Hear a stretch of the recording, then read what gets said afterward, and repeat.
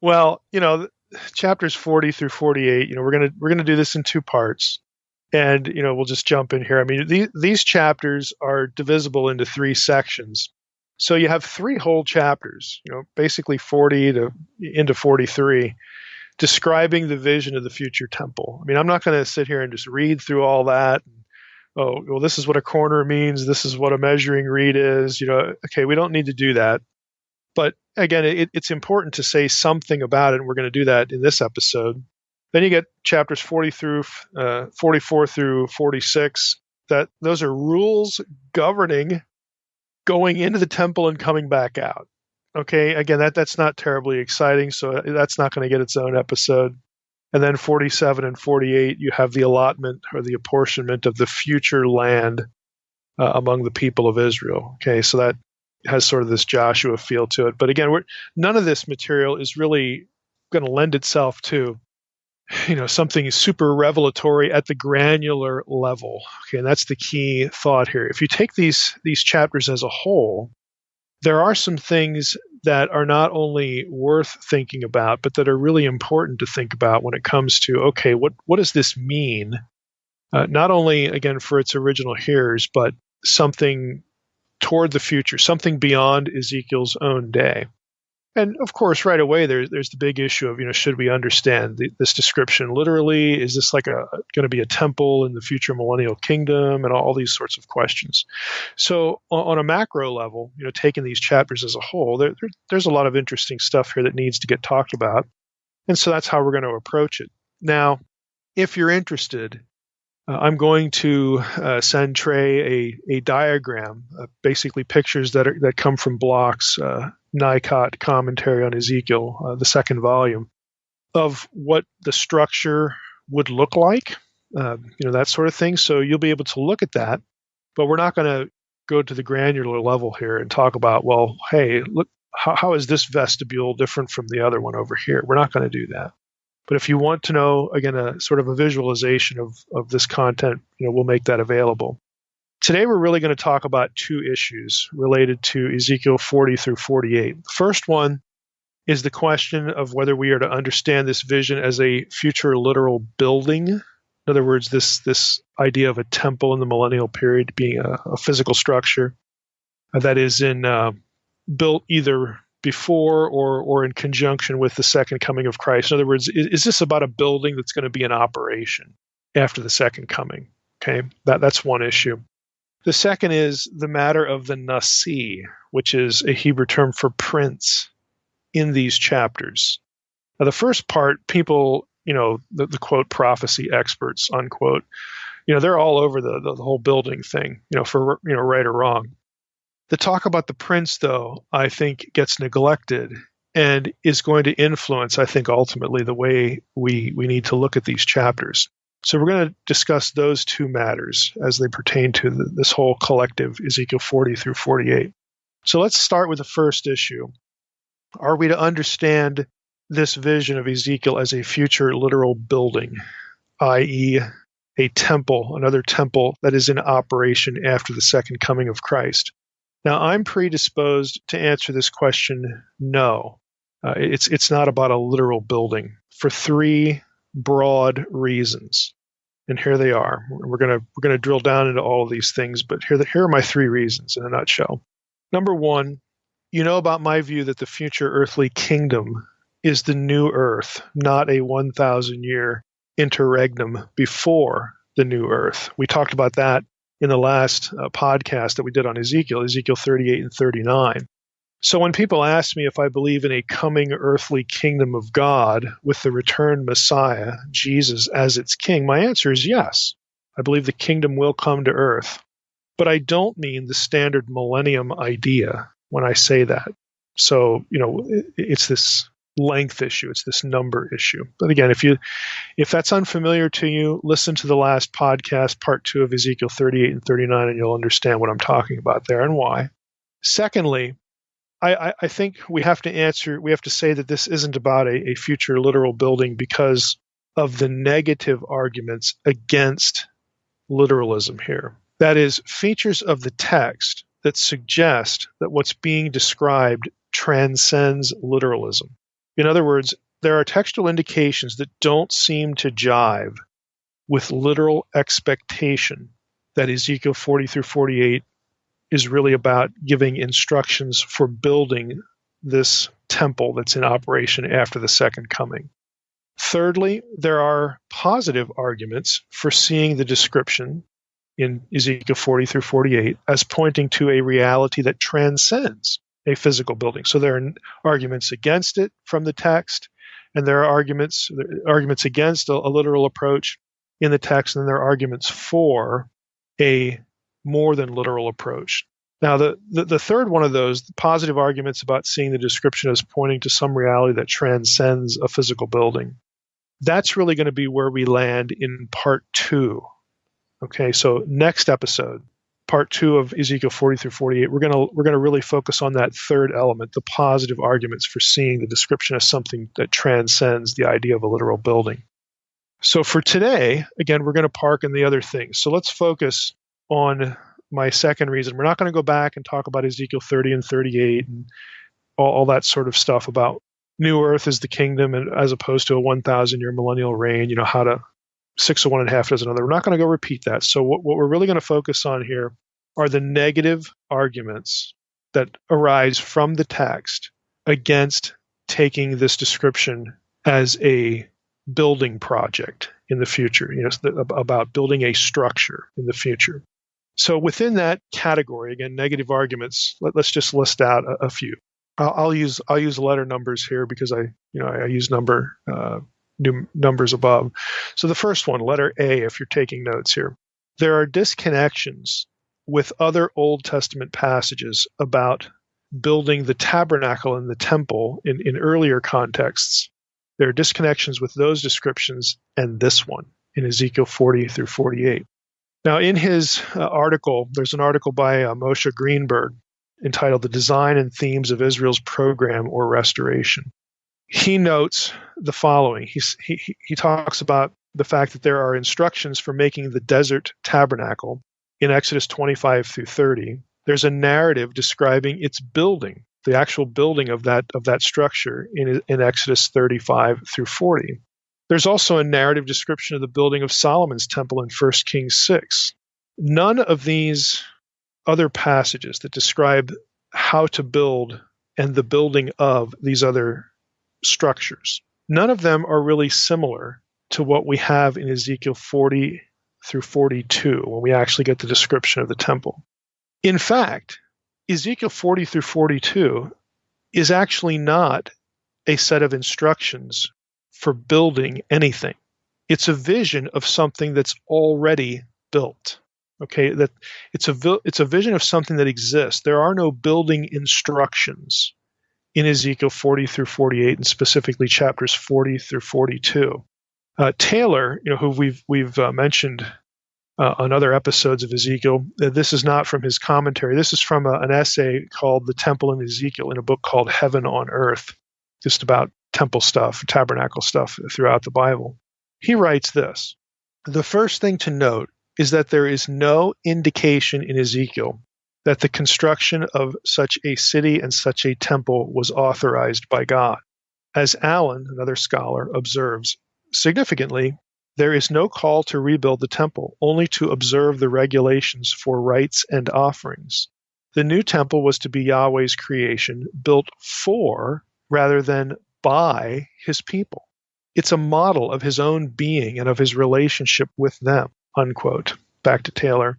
Instead, Ezekiel is presented with a scenario prepared by God, which he is shown around by his interpreting angel guide. The new temple is God's doing. The prophet's only task is to describe it in full detail as he can. In other words, there's no command in these chapters to build anything.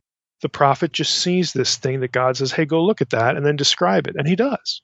So that's a disconnect, because when you have the descriptions of the tabernacle and the temple in other parts of the Old Testament, there are very clear building plans there, very clear things that people are supposed to do to create this structure. You don't get that in Ezekiel 40 through 48. So that is it's a very obvious, at least to a close reader, it's a very obvious outlier It's something that you'd expect that is missing. Secondly, or letter B, again, if you're taking notes, there are irregularities in the architecture and the furniture of what Ezekiel describes in chapters 40 through 48. Again, things that you'd expect to see, and they're either not there or there's something odd about them. First example, under, again, letter B, if you're taking notes. There's an absence, curiously enough, of height dimension in nearly all of the descriptions. In fact, height, again, the Hebrew term for height, is actually mentioned only 2 times. One is in Ezekiel 40, verse 5, where it alludes to a wall, and the other one is Ezekiel 43:13, where it describes the height of the altar. Now, Greenberg comments on this on page 193 of his article. He says, there are some notable omissions.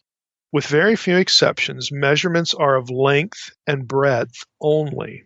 In other words, the visionary has effectively conveyed only a ground plan, bounding and describing areas in accord with his basic concern over separation and gradation of sacred space, unquote.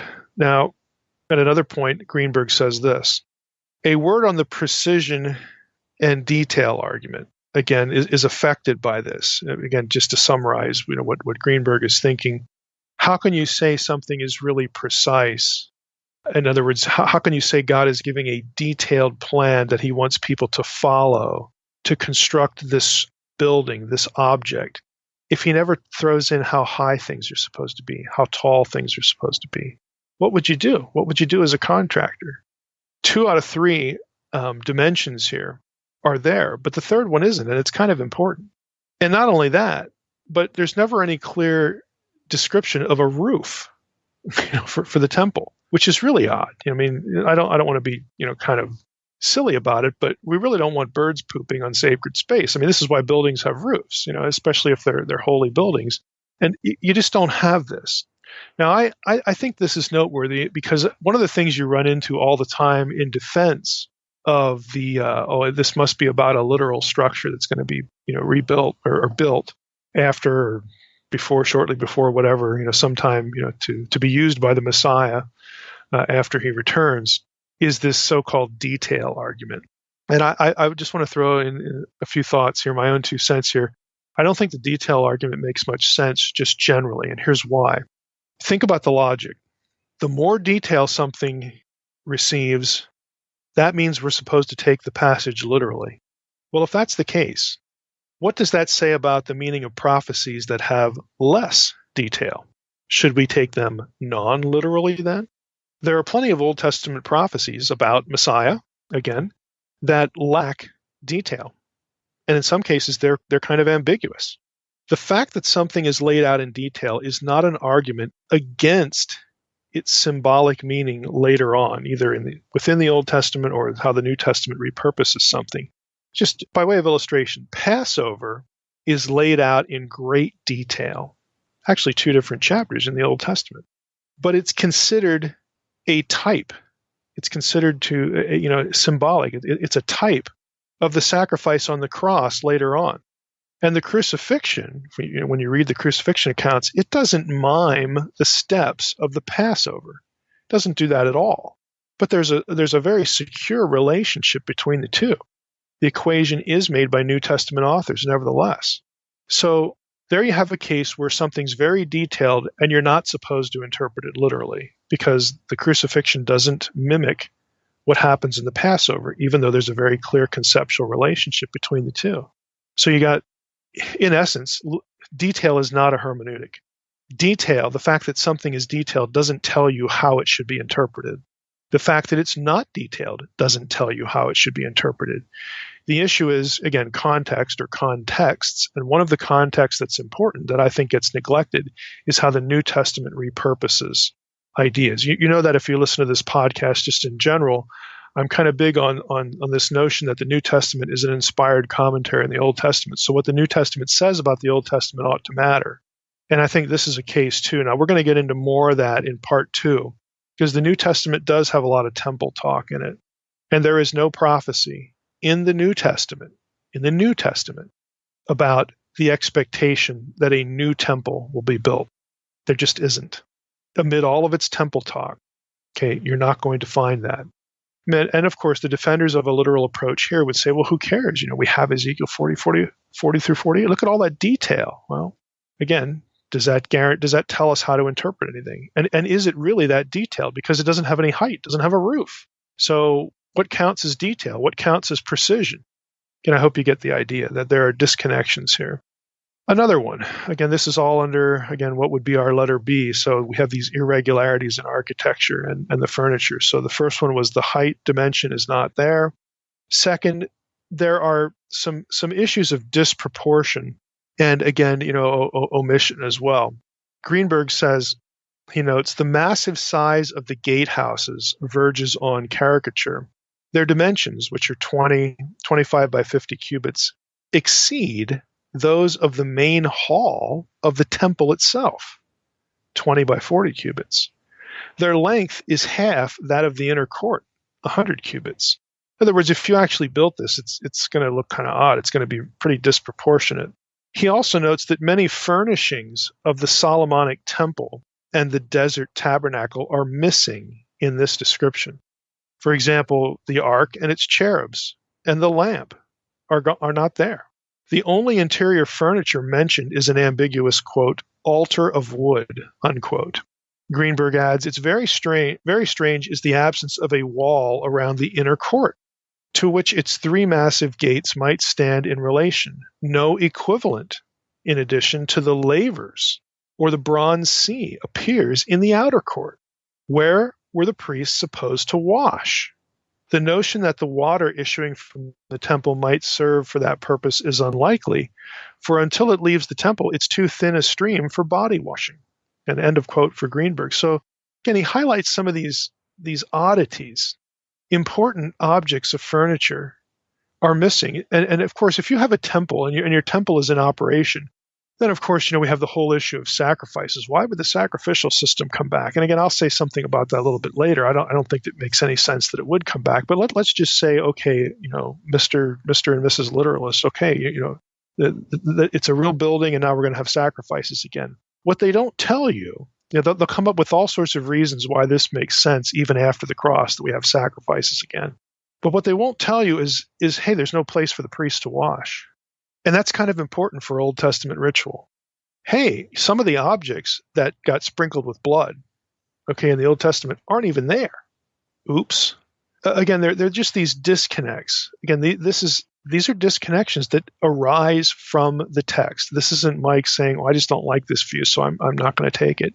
No, these are problems present in the text, or in some cases, they're not in the text. That those absences create problems for this perspective. Thirdly, again, under the same category here, there's an inconsistency with the boundaries of the promised land. Now, that's going to come later in chapters 47 through 48, as we mentioned at the beginning. The land here that's talked about in Ezekiel is kind of minimalist. In other words, it's the boundaries of the land that are linked to the conquest at a very specific time, under Moses, David, Moses, Joshua, and David. I mean, what about that extra stuff there? Probably saying it a better way. The boundaries here in Ezekiel 47 are roughly those found in the book of Numbers, chapter 34, verses 2 through 12. Again, that excludes, if you actually compare the boundaries here in Ezekiel 47, go back to Numbers 34, here's what's not in the description of the land. It excludes on the north part, again, I'm going to just use Greenberg's summary here, it excludes on the north the Aramean kingdoms conquered by David. Well, if David conquered those kingdoms, why shouldn't they be in the land, in the possession of the Israelites later on in this this eschatological scene? But it excludes what's conquered by David. On the east, it excludes the Transjordanian domains of the ancient tribes of Reuben, Gad, and half-tribe of Manasseh. On the south, it excludes the Edomite territory down to Ezion-Geber, which was once part of the kingdom of Judah in the monarchy. So if you're going to interpret this literally, if you're going to interpret Ezekiel 40 through 48 literally, this is about a literal building, well, again, look at what the proponents of this view are not telling you. They're not telling you the priests have no place to wash. They're not telling you that important items of furniture to the sacrificial system aren't there. They're not telling you that it doesn't have a height dimension, it doesn't have a roof, that there's disproportion even what is there. And they're also not telling you, hey, if you go actually look at the description of the land here, there's missing land. There's missing land from the monarchy. There's missing land from the days of Moses and Joshua that was conquered and claimed as part of the promised land, that it's missing. So how would we legitimize a literal reading of one part of Ezekiel 40 through 48 and kind of let these other ones slide? Okay, I'm suggesting to you that we really can't do that and be consistent. Number 4, again, under what would have been letter B, the irregularities, if you're taking notes, number 4 would be there's no clarity of any command for building anything. Here's I've already mentioned this, but we're putting it under here because I want to read a particular passage. Here's the closest you get to any sort of command about building something, and it really isn't a command to build anything, but the closest you get is Ezekiel 43 verses 10 through 12. I want to read those to you. God says, "As for you, son of man, describe to the house of Israel the temple, that they may be ashamed of their iniquities, and they shall measure the plan. And if they are ashamed of all that they have done, make known to them the design of the temple, its arrangements, its exits, and its entrances. That is, its whole design. And make known to them as well all its statutes and its whole design and all its all its laws, and write it down in their sight, so that they may observe all its laws and all its statutes and carry them out. This is the law of the temple. The whole territory on the top of the mountain all around shall be most holy. Behold, this is the law of the temple." Okay, that's the end of verses 10 through 12, Ezekiel 43. The only thing they're commanded to do here is observe the temple laws and its statutes and carry them out. They're never commanded to build anything. Again, if you can read through the entirety of these 8 chapters, and you will not find a command to build the thing. That is really odd, to say the least. Now, we've had again, I'm trying to keep a sense of an outline here because there's just a lot of detail here. Again, we're talking about negative arguments against the literalistic approach to this. A was disconnections with other Old Testament passages about tabernacle and temple building. B was irregularities in the architecture and the furniture. And so we had 4 things under that. And then C, we have an incoherence, just a general incoherence problem of the return to sacrifice. And I would say, and I'm going to explain what I mean here, even without the atonement issue. Now, those who think the Old Testament sacrifices about atonement mean atonement for sin. In other words, sort of the popular evangelical approach to the Old Testament sacrificial system. People think this is like about the getting moral forgiveness and having your sins wiped away as an individual, that sort of thing. In other words, they're superimposing the talk about Jesus onto the Old Testament sacrificial system. If you have listened to our series on Leviticus, you know that just doesn't work. That's not actually what Leviticus says, 99% of the time. The sacrifices are really about purifying objects and purifying sacred space and that sort of thing. But let's, for the sake of discussion, say that you're one of these people who takes the sacrifice language in the Old Testament as being about personal atonement for sin. Well, if you're taking that perspective, you've got a serious problem. It has to be correct that the sacrifices are not brought back for this purpose. If they are brought back to atone for personal sin, then I don't know any other way to put it. Then the writer of Hebrews was just wrong. Because the book of Hebrews makes a big point about how the atoning work of Christ is the key for personal forgiveness, past, present, and future. Look, folks, you and I were born after the cross, okay? And the work of Christ is completely sufficient, completely adequate to take care of our sin problem. So why wouldn't it be completely adequate to take care of some future person's sin problem who's living during a millennium? Okay, if they need the sacrifices, if they need animal sacrifices again, the writer of Hebrews and other passages in the New Testament are simply wrong. They are errant. That is a huge problem. It's a theological problem, to say the least. Now, many, in my experience, want to affirm a literal temple, but then when you point out the sacrifice problem, they say, okay, well, all right, the sacrifices aren't literal, but the temple still is. Well, let's think about that. If the sacrifices ought not to be considered as literal, why would somebody consider the temple being literal? Who needs a temple with no sacrifices? What's the point to having a temple? If Jesus' sacrifice covered us who lived well after the event, why wouldn't it cover other people who live later in a presumed millennial kingdom? In other words, why would people living in the millennium need animal sacrifice for atonement? Why? The cross atoned for the sins of the world, everyone who ever lived, past, present, and future. So it would naturally include them as well. So what do we need the system for? And if we don't need the system of sacrifices, why do we need a temple? What good is a temple without a sacrificial system? Now, most who would seek to defend sacrifices returning say they will be, some sort of memorial or teaching illustration. In other words, well, the sacrifices will come back to help people in the millennium understand what happened at the cross. Okay, let's think about that, because frankly, it's deeply flawed. Why would people need sacrifices as a reminder of the atonement of Jesus? Why not just hand them a New Testament and have them read about it? Why would anybody need sacrifices for understanding how Jesus fulfilled the point of Old Testament sacrificial stuff when they could just read it like you and I did in the New Testament? Where's the prophecy that says there won't be any New Testaments around in the millennium? Just hand the person a Bible, hand them a New Testament, say, well, here's what's going on here. There's the returned Christ, there's the returned Messiah. Hey, if you want to find out what he did in the past on the cross, here, read this chapter. Why do you need to bring the sacrifices back? Are there no Bibles anymore? Again, it just doesn't make any sense.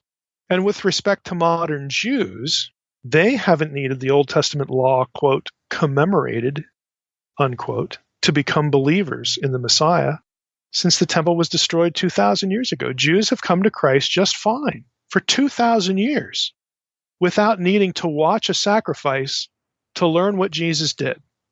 Again, the whole approach just doesn't make any sense. So I think we have a severe coherence problem. But now let's just say, again, we'll try to make it better here. Let's say, okay, you have someone who wants to defend, the literal approach, and they understand that the sacrifices in the Old Testament weren't about individual, sin, moral cleansing, like in other words, we can't impose the talk about Jesus on the Levitical system. And again, if you don't believe that, go listen to the series on Leviticus. Let's just say somebody realizes that, and they say, okay, the sacrifices that are going to come back in the millennium aren't about atoning for sin. They're purification offerings, okay? They're purification offerings. Well, again, we have an issue there. On the one hand, it's nice to know that you have somebody here who realizes that the Levitical sacrifices were about the purging, or the word we liked when we were doing Leviticus was they were about decontaminating sacred space and sacred objects. Okay, that's good. Okay, but now the point is, well, maybe this is what we're doing now. When the sacrifices come back, because we have a literal temple and the sacrifices come back, and there's no point to having a temple without sacrifices, but when they come back, it's not about personal atonement. People can get saved just like they do today. It's about cleansing sacred space. It's about keeping the temple, the new temple, this great millennial temple. It's about keeping that temple pure and decontaminating it, just like it was in Leviticus. Okay, well, I'll ask it again. If this is your vision, why do we need to revert to purifying sacred space in the millennium when we, as believers, are sacred space according to the New Testament? See, the New Testament describes believers as the temple. It describes believers as the temple because Jesus referred to his body as the temple, and we are the body of Christ. The New Testament says that the Spirit of God, the same glory of God of the Old Testament, quote, tabernacles within us. We are sacred space. This is why Paul in 2 Corinthians 6 would say things like, what fellowship does the temple of God have with idols? Don't you recognize that you're the temple of God? All this impurity, language, like in 2 Corinthians 6, okay? This is why the New Testament talks about us the way it does. We are sacred space. So if that's true in the New Testament era, and it is because that's what the New Testament says, why do we need to build a building and then regularly decontaminate it. Why do we need to do that? Again, I don't see the coherence and the consistency. Why would we revert to purifying sacred space on the ground in a building so that we can be in the presence of God when the presence of God, the Spirit of God, is in us? What? In the millennium, believers are no longer inhabited by the Spirit? Is that the point? Again, people rarely think about the ramifications of the literalist approach to this. And again, aren't there any Bibles in the millennium? Doesn't the Spirit of God reside inside believers, tabernacle within them in the millennium, making them sacred space? Why do we need this? These assumptions need to be evaluated. These questions need to be asked. Again, and I've asked them to myself a good amount, and which is why I gravitate away from looking at Ezekiel 40 through 48 as some sort of command or even vision of something that's going to have to be built later on. Now, the second issue, let's just transition away from that. Those are my arguments, my negative arguments against the literalistic approach. But our second issue for today concerns the matter of the Nasi, the prince that is talked about in these chapters.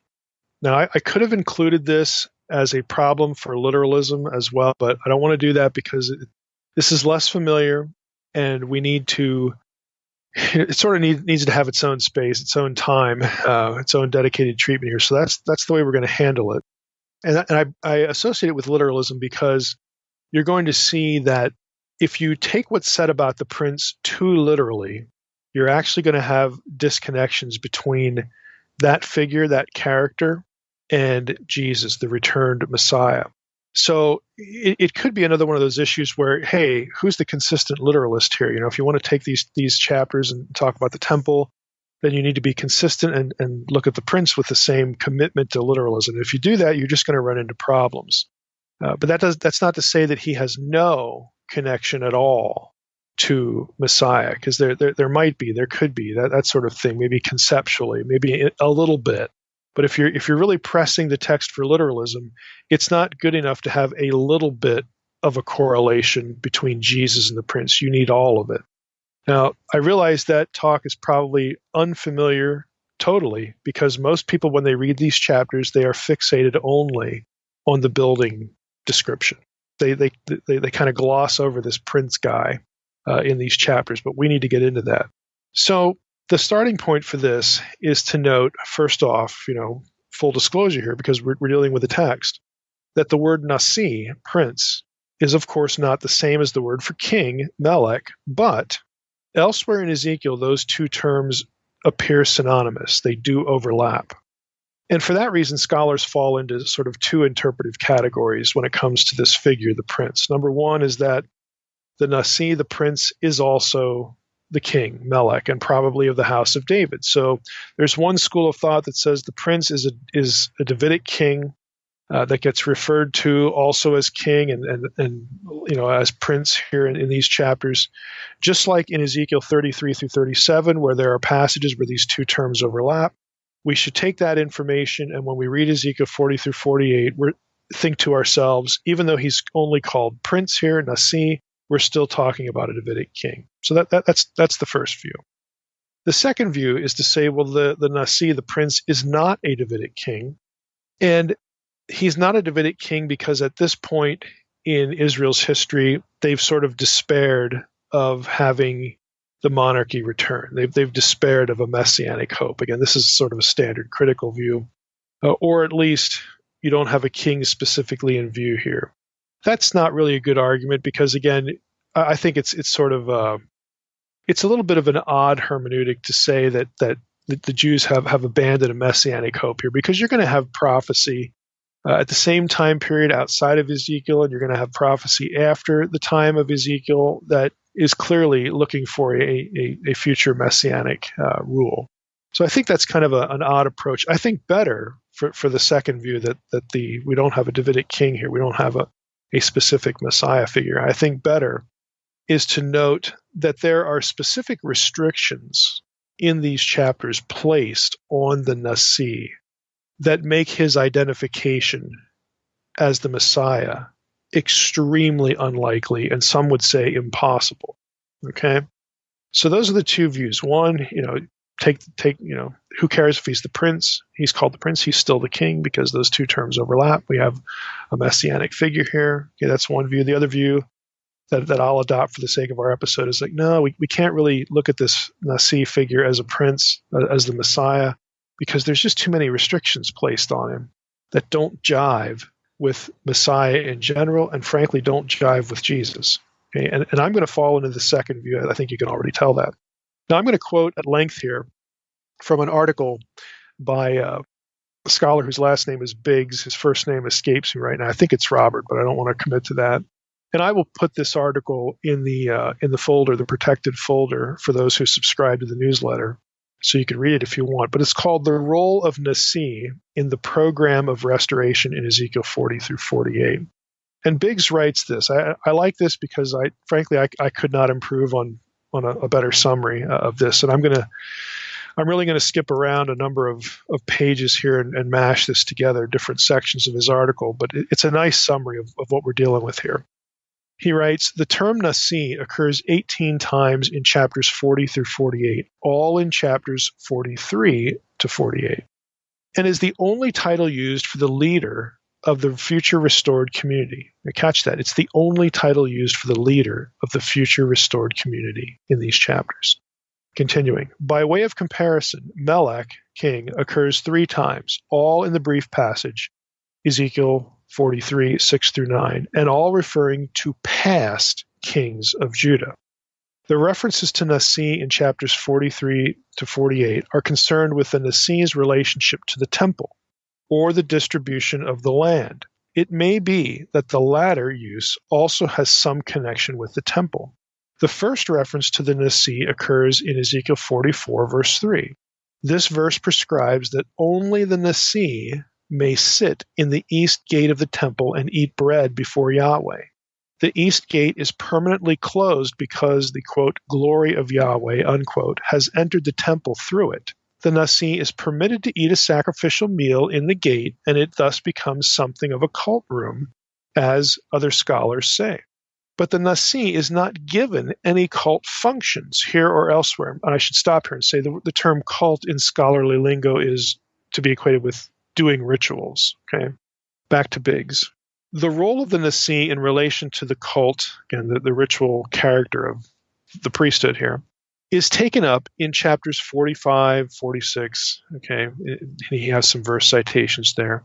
Chapter 45, verses 13 through 15, describes the atonement offering to be made by the people. This offering is to be given to the Nasi. This gives the Nasi an important role in the cult. He is not directly involved in making the offerings and sacrifices, but he is responsible for providing the animals and grain so that offerings may be made for the house of Israel. As in chapter 44, verse 3, we see the Nasi closely related to the cultic activity, though not actually involved in it. However, in a real sense, responsibility for its proper functioning falls to him. Provision for the celebration of the Passover festival and the Feast of Ingathering are given in chapter 45. We notice that the provisions for the sacrifices are to be made by the Nasi, quote, for himself and for the people of the land. I note that, for himself and for the people of the land. That is, the Nasi is responsible for the effective functioning of these festivals. He is not directly involved in the actual sacrificial action, but he is to ensure that that action may take place. He is not a cultic official, but he supports the operation of the cult. The Nasi is of primary interest in chapter 46, 1 through 12, but he is considered in relation to the people when regulations for movement within the temple are given. Verses 1 through 8 deal with his honored position in the cultic celebration.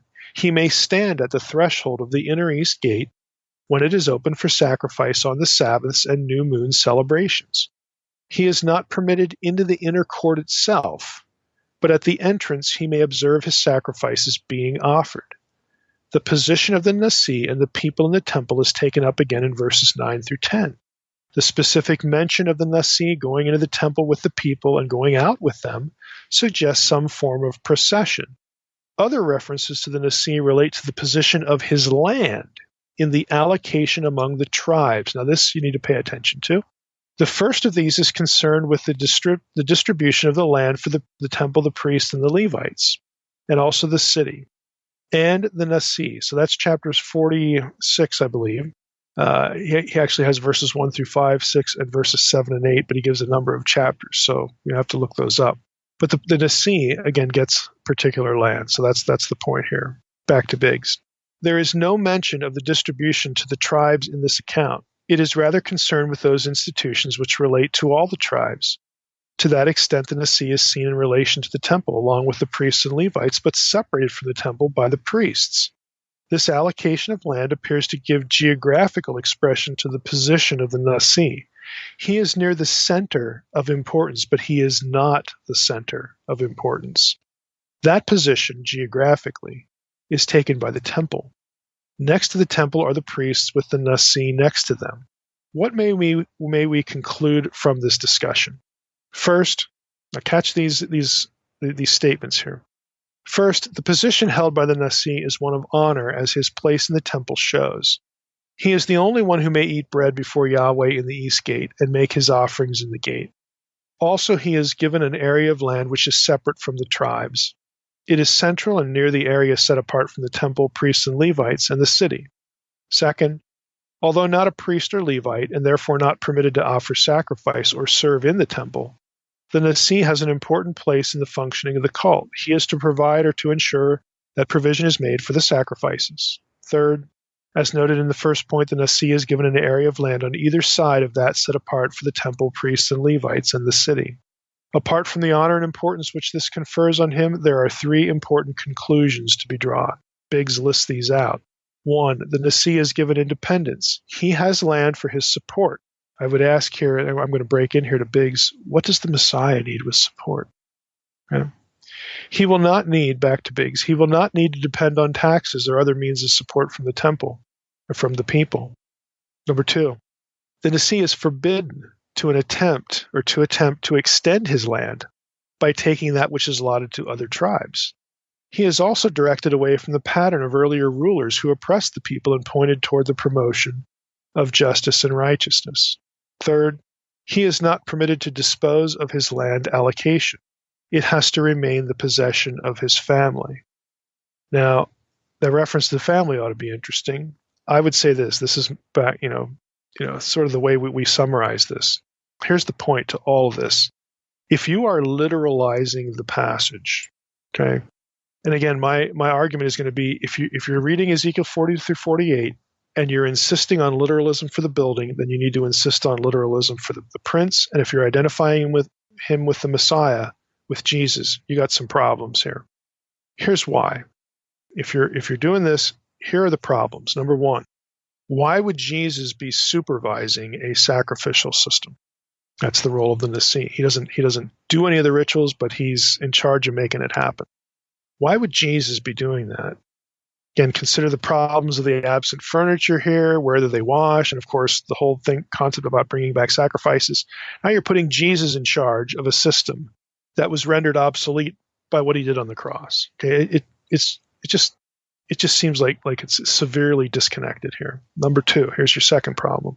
Since Messiah is also a high priest after the order of Melchizedek, it seems totally incoherent that parts of the cult and the temple complex would be off limits to him. But that's what you have. If the Nasi here is the returned Messiah, that's what you have. Again, just doesn't work. Third, does the returned Christ have a wife and children, physical descendants? After all, the Nasi is forbidden to get rid of his land. It has to stay within his family. So how does that work? 4, how is it that the king of all the earth, in the form of the returned Christ, has restrictions on what land he can hold? 5, how is it that the Messianic king has no political tasks? How does a non-political Messiah rule the nations with the rod of iron? 6th and last, choosing to take the prince talk non-literally, but the temple talk literally, is, to say the least, interpretively inconsistent. But if that's what you want to do, then that's what you're going to do. What I'm saying is, and what we've covered in this episode, is there are negative arguments against a literalistic approach, viewing what Ezekiel is describing here, viewing the fruition or the fulfillment of it as a temple that's in operation during the millennium. It's very, very problematic, both for those negative reasons, and also, if you're going to do that, then what about the prince? Are you going to take him literally too? Is this prince, again, a messianic figure, again, associated with David? Because after all, prince and king are interchangeable in other chapters in Ezekiel. It seems like we should do that. Well, if we do that, and if we press the literalism, we've got significant problems here. Again, things that just don't line up with the description of the return to Messiah. So, again, where does this leave us? I would say, if on the other hand, you abstract the talk about the temple, again, you make it conceptual, symbolic, something like that. If you think about it abstractly, and in the temple's case, we get the benefit of having New Testament temple talk, which is where we're going to focus next week. But if you abstract the temple talk, if you abstract the prince talk, in other words, you get away from rigid literalism, then you can sort of make some sense of this, and you can kind of make it work with a Davidic ruler. Now, here's what Biggs does. And again, I don't know where Biggs is at theologically, but he argues for a Davidic ruler who isn't a king or a priest. So I'm just going to use this for illustration. Obviously, the returned Messiah is both a king and a priest. But here's what Biggs does with this. He says the emphasis here is on the Nasi as a leader rather than a ruler.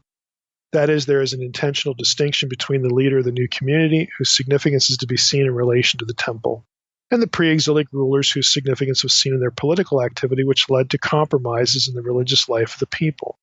Also, as a political figure, the king offered hope for the people because he was of the house of David and therefore heir to the promise of David. In the new community, that hope is to be found in the temple, in other words, not in a Messiah, which offers the people the way to Yahweh, who is the source of their peace and prosperity. The Nasi is still a significant figure as he enables the temple to perform its function by ensuring the requirements for sacrifice and celebration are present. Okay, so end of quote. What Biggs is saying, and a lot of scholars are here with this, is that, look, by this time they'd given up on the Messiah idea. They'd given up on the monarchy, but the temple gave them hope. The temple, said to them that God, we can still worship God, we can still be acceptable to God. Again, it becomes very works-oriented, which, this is Judaism for its time period. And so what else can they do? What else can they do? And of course, Jesus, when he comes the first time around, challenges this whole notion. And I think, quite honestly, this is why when he in the temple scene, when Jesus, chases out the money changers, he's like, look, destroy this temple in 3 days, I'll build it up. And the account is very clear that he's not referring to the structure. He's referring to himself. The body of Christ is the temple. In that conversation, the body of Christ is transformed or transforms the temple language. If you look at that, well, then you're going a whole different direction away from literalism. And frankly, the New Testament does go that direction. I find it extraordinarily difficult to defend a literal temple view.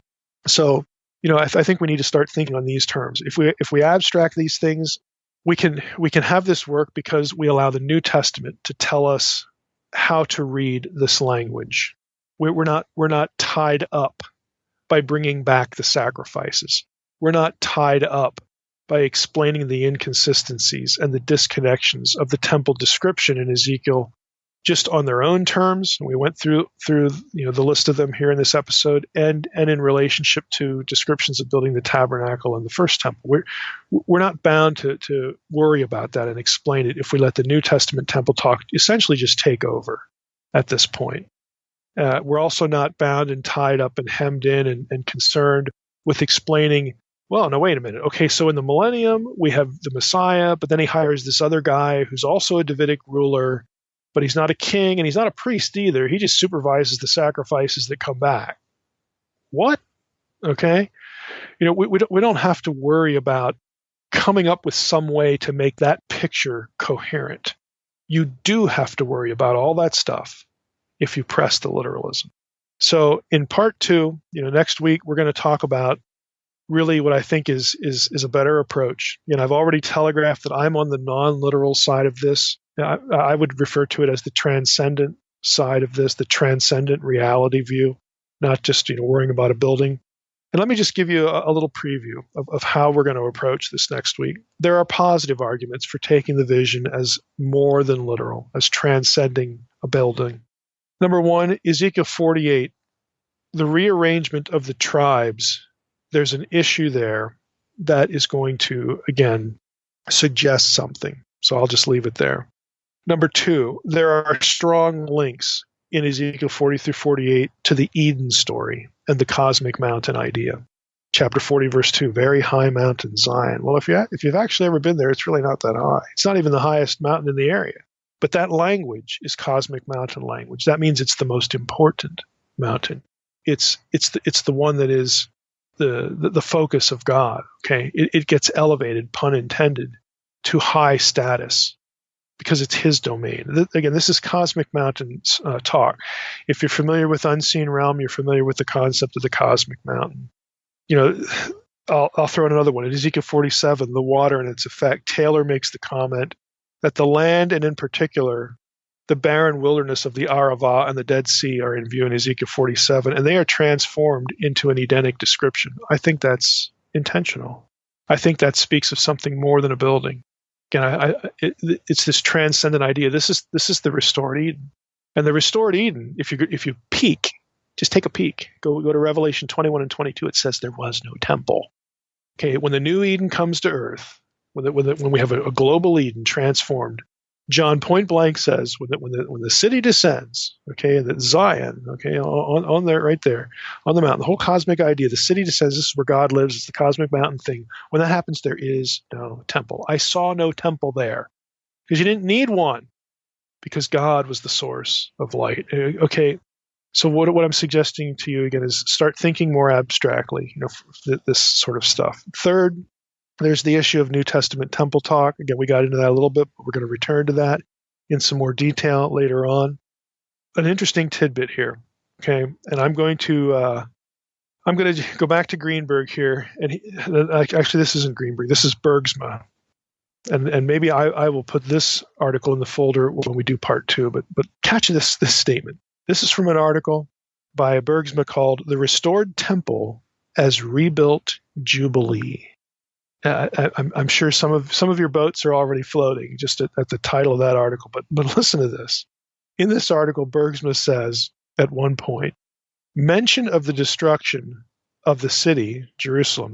He's commenting on chapters 40 through 43 here. Mention of the destruction of the city, Jerusalem, in the opening date formula in Ezekiel 40, verse 1. That's the way this whole section begins. Presages the antithesis between the following vision, all this temple stuff, and the awful event it was meant to remedy. Was the date significant? We know of no event in the year 25 of the exile, 571 BC calculated, with which to connect this vision. But 25 years is half a jubilee, and the year of release is mentioned in Ezekiel 46:17.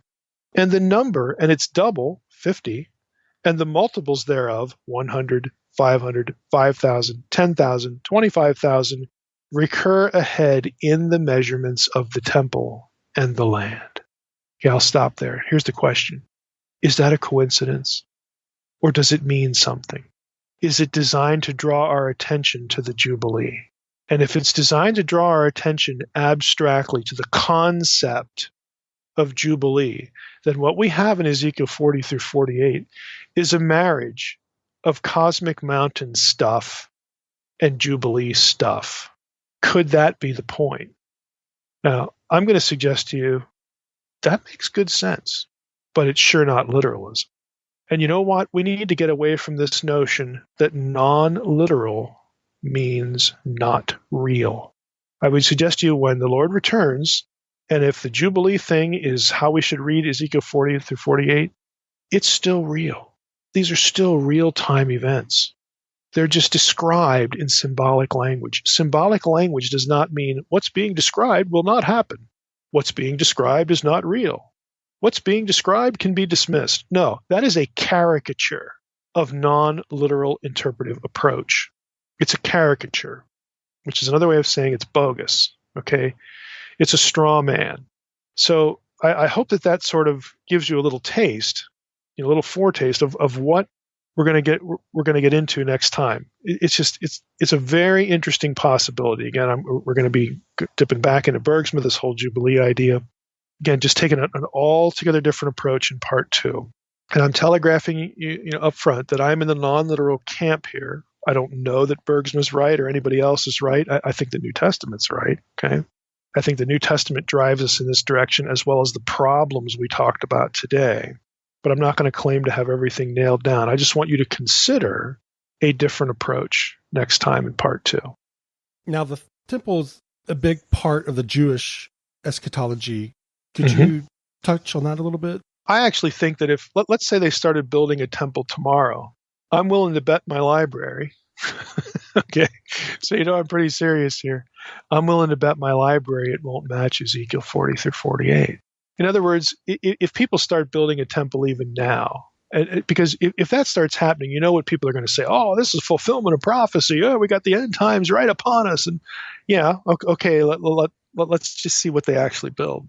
And if it's not, if it doesn't conform to Ezekiel 40 through 48, you're going to have people somehow try to explain that again. Oh, well, this one has to be destroyed. Then we'll get the real millennial time.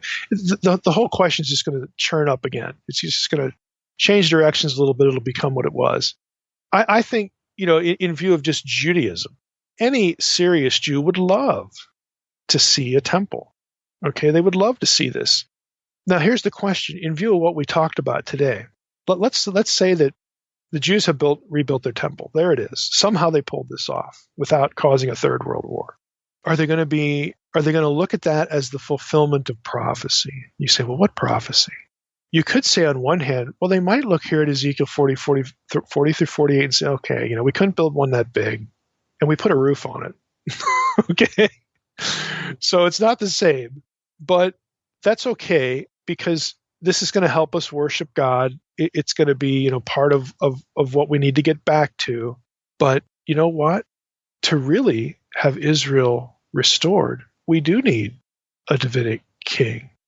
We do need all of the land. And of course, then they're going to have to fight about what the promised land really is, the boundaries of it. In other words, they could have a temple today, but do they have the other things? And who needs those other things to be satisfied that they're looking at some sort of act of God in a prophetic sense? You're going to have other Jews that say, hey, it doesn't matter. After all, Ezekiel 40 through 48, there's this prince guy. We're just going to hire some guy. It pays well. It has benefits. Okay, we're just going to hire some guy, and he'll supervise a new sacrificial system.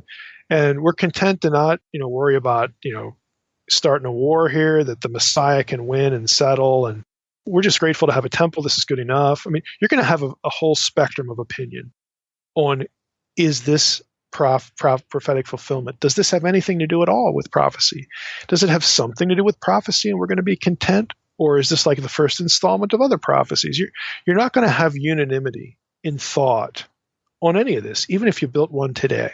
You're just not.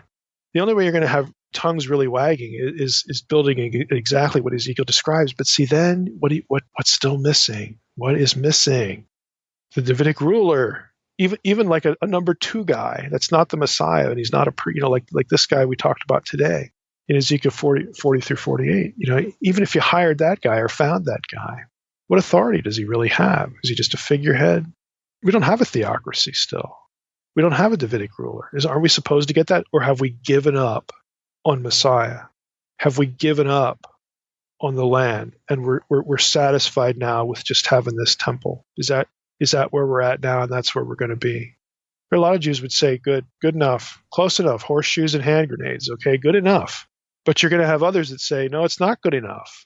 It's not good enough until it conforms exactly to Ezekiel 40 through 48, until we have every last square inch of the land God promised to us, and until we have a Davidic king ruling not only here, but we can read the last few chapters in Isaiah too. He's supposed to rule the world. That's good enough. People just don't get into the ramifications of what they're talking about when it comes to this sort of material. Well, we should jump in here. This will be, again, just like the last one. There's a lot of detail to cover here, so I don't know how long it'll take, but it'll just surprise listeners, I think, to go through this, because the natural tendency is to wonder, well, if we're not going to look at this literally, what is there to talk about? well, there's a whole lot to talk about with respect to kind of, interpretation, how we should read this description, these chapters, Ezekiel 40 through 48. Now, in part one of our treatment of this, in the last episode, we talked about, obviously, the question of how we're supposed to read it. Is it literal or something else? Are we supposed to see a future literal building in these chapters, a millennial temple that is in operation after the second coming of Christ? So we spent a good deal of time on that. We talked about the Nasi, the prince, in these chapters. Again, points of connection or disconnection, depending on how you read these chapters with the Messiah. How would we read it messianically? Because if we discovered it, if you just read these passages, these chapters literally, again, this sort of rigid commitment to literalism, you have all kinds of problems. You have theological problems, you have interpretive problems in both respects here with the building idea, the structure idea, and then the prince. And so I let it be known in the last episode that I was predisposed to a non-literal understanding of the vision, not only for the negative reasons, which we talked about in the last part. That was one of my three reasons, but the other two were the way Ezekiel 38 and 39 gets repurposed in the New Testament. Again, I think that lends itself to a non-literal approach. And then I mentioned there were positive arguments for seeing the description as pointing to a reality that transcends a physical building. And that's really our subject matter for today. And in part one, last time, I telegraphed that point, again, the positive ideas, just a little bit, I guess a little bit of a teaser at the end of part one. Alongside the problems, again, created by a literal approach, there are hints in the text that a non-literal interpretation is not only appropriate, but really that's what was intended. In other words, that there would have been readers, who picked up on certain things. And the short list of the positive arguments for a non-literal approach that I gave were these, and these are in a little bit different order than I teased this episode with last time. But there's New Testament temple talk. Number two, there are strong links to the Eden story and the cosmic mountain idea. Third, I mentioned that there's something going on in Ezekiel 48 with the rearrangement of the tribes that, again, sort of drives us to think non-literally. And then fourth, I mentioned an article by Bergsma, Restored Temple as Built Jubilee in Ezekiel 40 to 48. So I again let the cat out of the bag, at least that much, and I read a little section about the Bergsma article to sort of set this episode up. So what we're going to do this time is I'm going to walk through each of those four things in more detail for our time today. And I'm going to start with the first one because it's the easiest, it's sort of the most obvious, and that is New Testament temple talk. It's a very straightforward starting point, so that's where we're going to begin. I would say, as I hinted at last time, that the New Testament is pretty clear about its use of temple language in association with Jesus' body.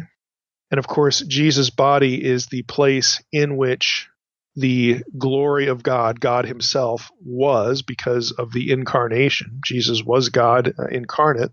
So it's sort of natural to look at Jesus' body when you come at it, again, with that thought in mind, with the incarnation in mind, of saying, well, sure, this is a temple. This is God's temple now. God isn't really dwelling. There's no Shekinah glory cloud in the temple that the Jews are going to every Sabbath there in Jerusalem, where there's nothing like that. The glory, departed, and it hasn't returned. There's this future expectation of the return of the glory. But the glory is right here. It's in this person, Jesus. And so the Gospel of John in particular picks up on this idea. So there's some clarity there with the temple being Jesus' body. And then, of course, since we are the body of Christ collectively as believers, we're also the temple. We talked a little bit about Paul's language, but I want to actually read some of the passages here. Just when I read these, just think about what the passages actually say, actually describe. So let's start with in John chapter 4, the one about Jesus' body, and starting in verse 18, John chapter 2. So the Jews said to him, "What sign do you show us for doing these things?" Jesus answered them, "Destroy this temple, and in 3 days I will raise it up." The Jews then said, it has taken 46 years to build this temple, and will you raise it up in 3 days? But he was speaking about the temple of his body.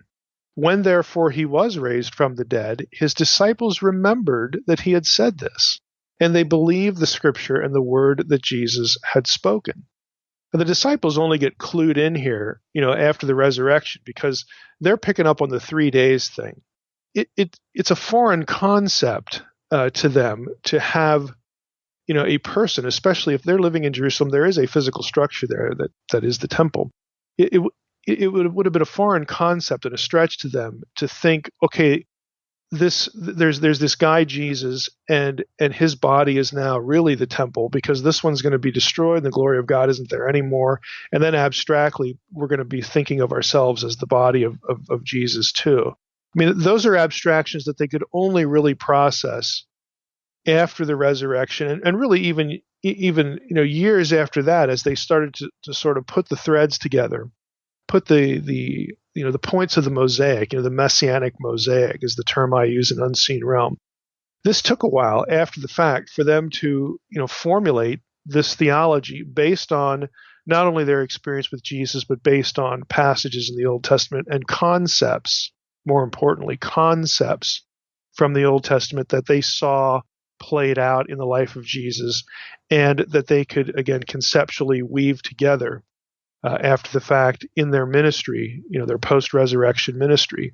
So here in this passage, they're focused on the 3 days thing, and that's their immediate point of contact right after the resurrection. But we, looking at it, we have the letters of Paul, we have what Peter's going to say about believers being the temple and being indwelled the Spirit of God, the glory of God tabernacling in believers. We have all that language. So it's easier for us to see this idea of the temple being not only the body of Christ, and since we are the body of Christ, we also are the temple of God collectively, and even individually, our body is a temple. So I'm going to read some passages from Paul and some other places. It's not just Paul, it's Peter as well, that has this idea. So in 1 Peter 2:8, building on this Jesus body being the temple idea, let's go to 1 Peter 2:8, or 2:4, excuse me. We'll start there. And just listen to the text. Peter writes, let's go back to verse 1. All right, we get a little more of the context here. So put away all malice and all deceit and hypocrisy and envy and all slander. Like newborn infants, long for the pure spiritual milk, that by it you may grow up into salvation, if indeed you have tasted that the Lord is good. As you come to him, a living stone, rejected by men, but in the sight of God, chosen and precious. You yourselves, like living stones, are being built up as a spiritual house to be a holy priesthood, to offer spiritual sacrifices acceptable to God through Jesus Christ. For it stands in Scripture, now he's going to quote the Old Testament, "Behold, I am laying in Zion a stone, a cornerstone chosen and precious, and whoever believes in him will not be put to shame. So the honor is for you who believe, but for those who do not believe," quoting again another passage, "the stone that the builders rejected has become the cornerstone, and," another passage, "a stone of stumbling and a rock of offense." Now, look at this language. This is from the Old Testament. "Behold, I am laying in Zion a stone." And Peter interprets that stone as being a person. Whoever believes in him will not be put to shame. So there you have an Old Testament backdrop that Peter sees after the fact that makes sense of the John chapter 2, the temple is Jesus' body kind of concept. And he applies it to believers here. He refers to believers as living stones. And those living stones, those believers, are being built up into a spiritual house. In other words, not a structure building, but a spiritual building, a spiritual house. Why? To be a holy priesthood. Well, you need a priesthood if you're going to have a temple. What's a temple without priests? Again, and the priests are you and me, us, to offer spiritual sacrifices acceptable to God through Jesus Christ. Again, it's very clear that the temple language is being applied to both Jesus and us. The portions, the parts of his body. Okay, which is the church. So believers are the temple of God because we are the body of Christ, both individually and corporately. So let's take a look at a few other passages. Ephesians 2, verse 20 says this, that we are built, or the church. Well, let's just go back there because we want to pick up right before verse 20 here. Verse 18, for through him we both have access in one spirit to the Father. So then you are no longer strangers and aliens, but you are fellow citizens with the holy ones, with the saints, and the members of the household of God, built on the foundation of the apostles and prophets, Christ Jesus himself being the cornerstone, in whom the whole structure, being joined together, grows into a holy temple in the Lord.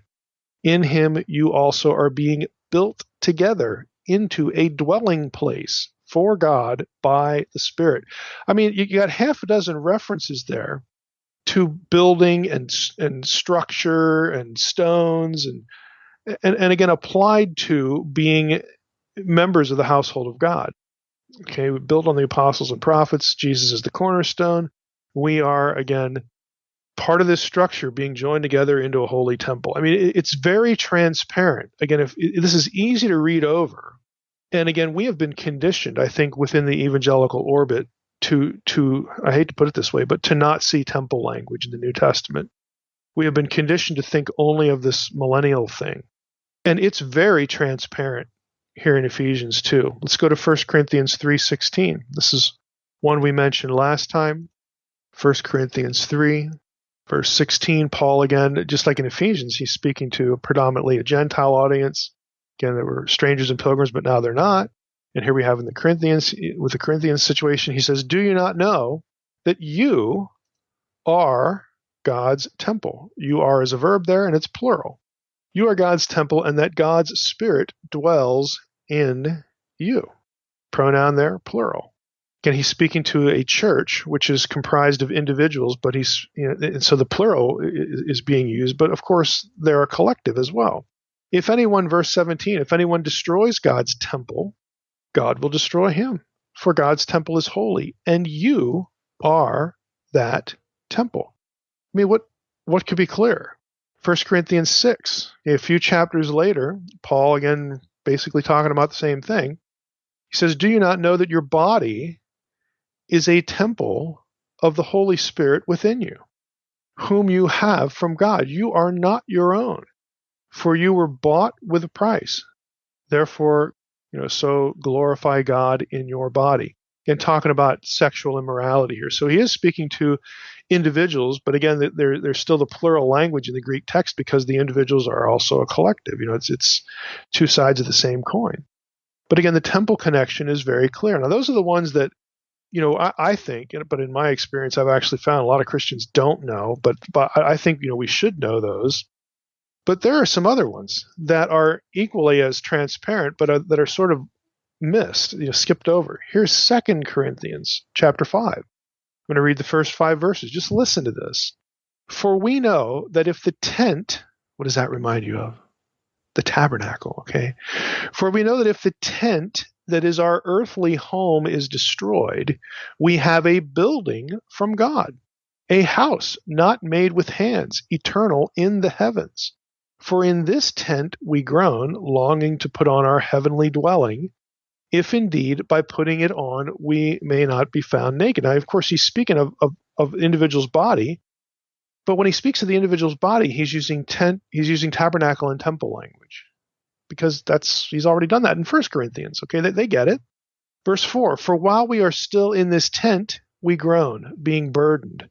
Not that we would be unclothed, not that we should want to die, okay, but that we would be further clothed, so that what is mortal may be swallowed up by life. He who has prepared us for this very thing is God, who has given us the Spirit as a guarantee. Again, the indwelling of the Spirit. 2 Corinthians 6, the very next chapter, in verse 14, Paul says, do not be unequally yoked with unbelievers. For what partnership has righteousness with lawlessness? Or what fellowship has light with darkness? What accord has Christ with Belial? Or what portion does a believer share with an unbeliever? What agreement? Now look, in all those verses leading up to this point, he's talking about believers versus unbelievers. Okay, now he switches the language. He doesn't use the word believers, okay, or making it like about humans in human terminology. Verse 16, what agreement has the temple of God with idols? For we are the temple of the living God, as God said. And now he's going to quote the Old Testament. He's going to quote Leviticus 26. I will make my dwelling among them and walk among them, and I will be their God, and they shall be my people. Therefore go out from their midst and be separate from them, says the Lord, and touch no unclean thing. Then I will welcome you, and I will be a father to you, and you shall be sons and daughters to me, says the Lord Almighty. So he quotes a Leviticus passage, and everybody living back in the days of Leviticus would have only been thinking of a structure as a temple. But Paul says that very same passage is justification for calling believers and calling this church and the church the temple. Again, the language is transparent. Let's go to 2 Peter 1, verses 13 and 14. Now I'm going to read this, and what I'm looking for here is sort of hidden by the English text. It's obscured. But Peter says, I think it right, as long as I am in this body, to stir you up by way of reminder. Now, body here in Greek is the term skenoma. It's related to other terms like skenos or skenao. This is the term in Greek that is used to translate the term for tabernacle in the Old Testament. So a Greek hearer, someone who would have been, that would have been the language they're listening in, they could understand it, or their native language or whatever. Again, Hellenized Jews would have known Greek very well. They would have heard this. I think it right, as long as I am in this tabernacle. Again, as long as I'm tabernacling, in this body, to stir you up by way of reminder. Verse 14, since I know that the putting off of my body, same term there, skenoma, the putting off of my body, my tabernacle, will be soon, as our Lord Jesus Christ made clear to me. So there are things like this where, if you can kind of penetrate the English, will sort of stand out to you that they're thinking of their bodies in terms of being tabernacles and temples. Because why?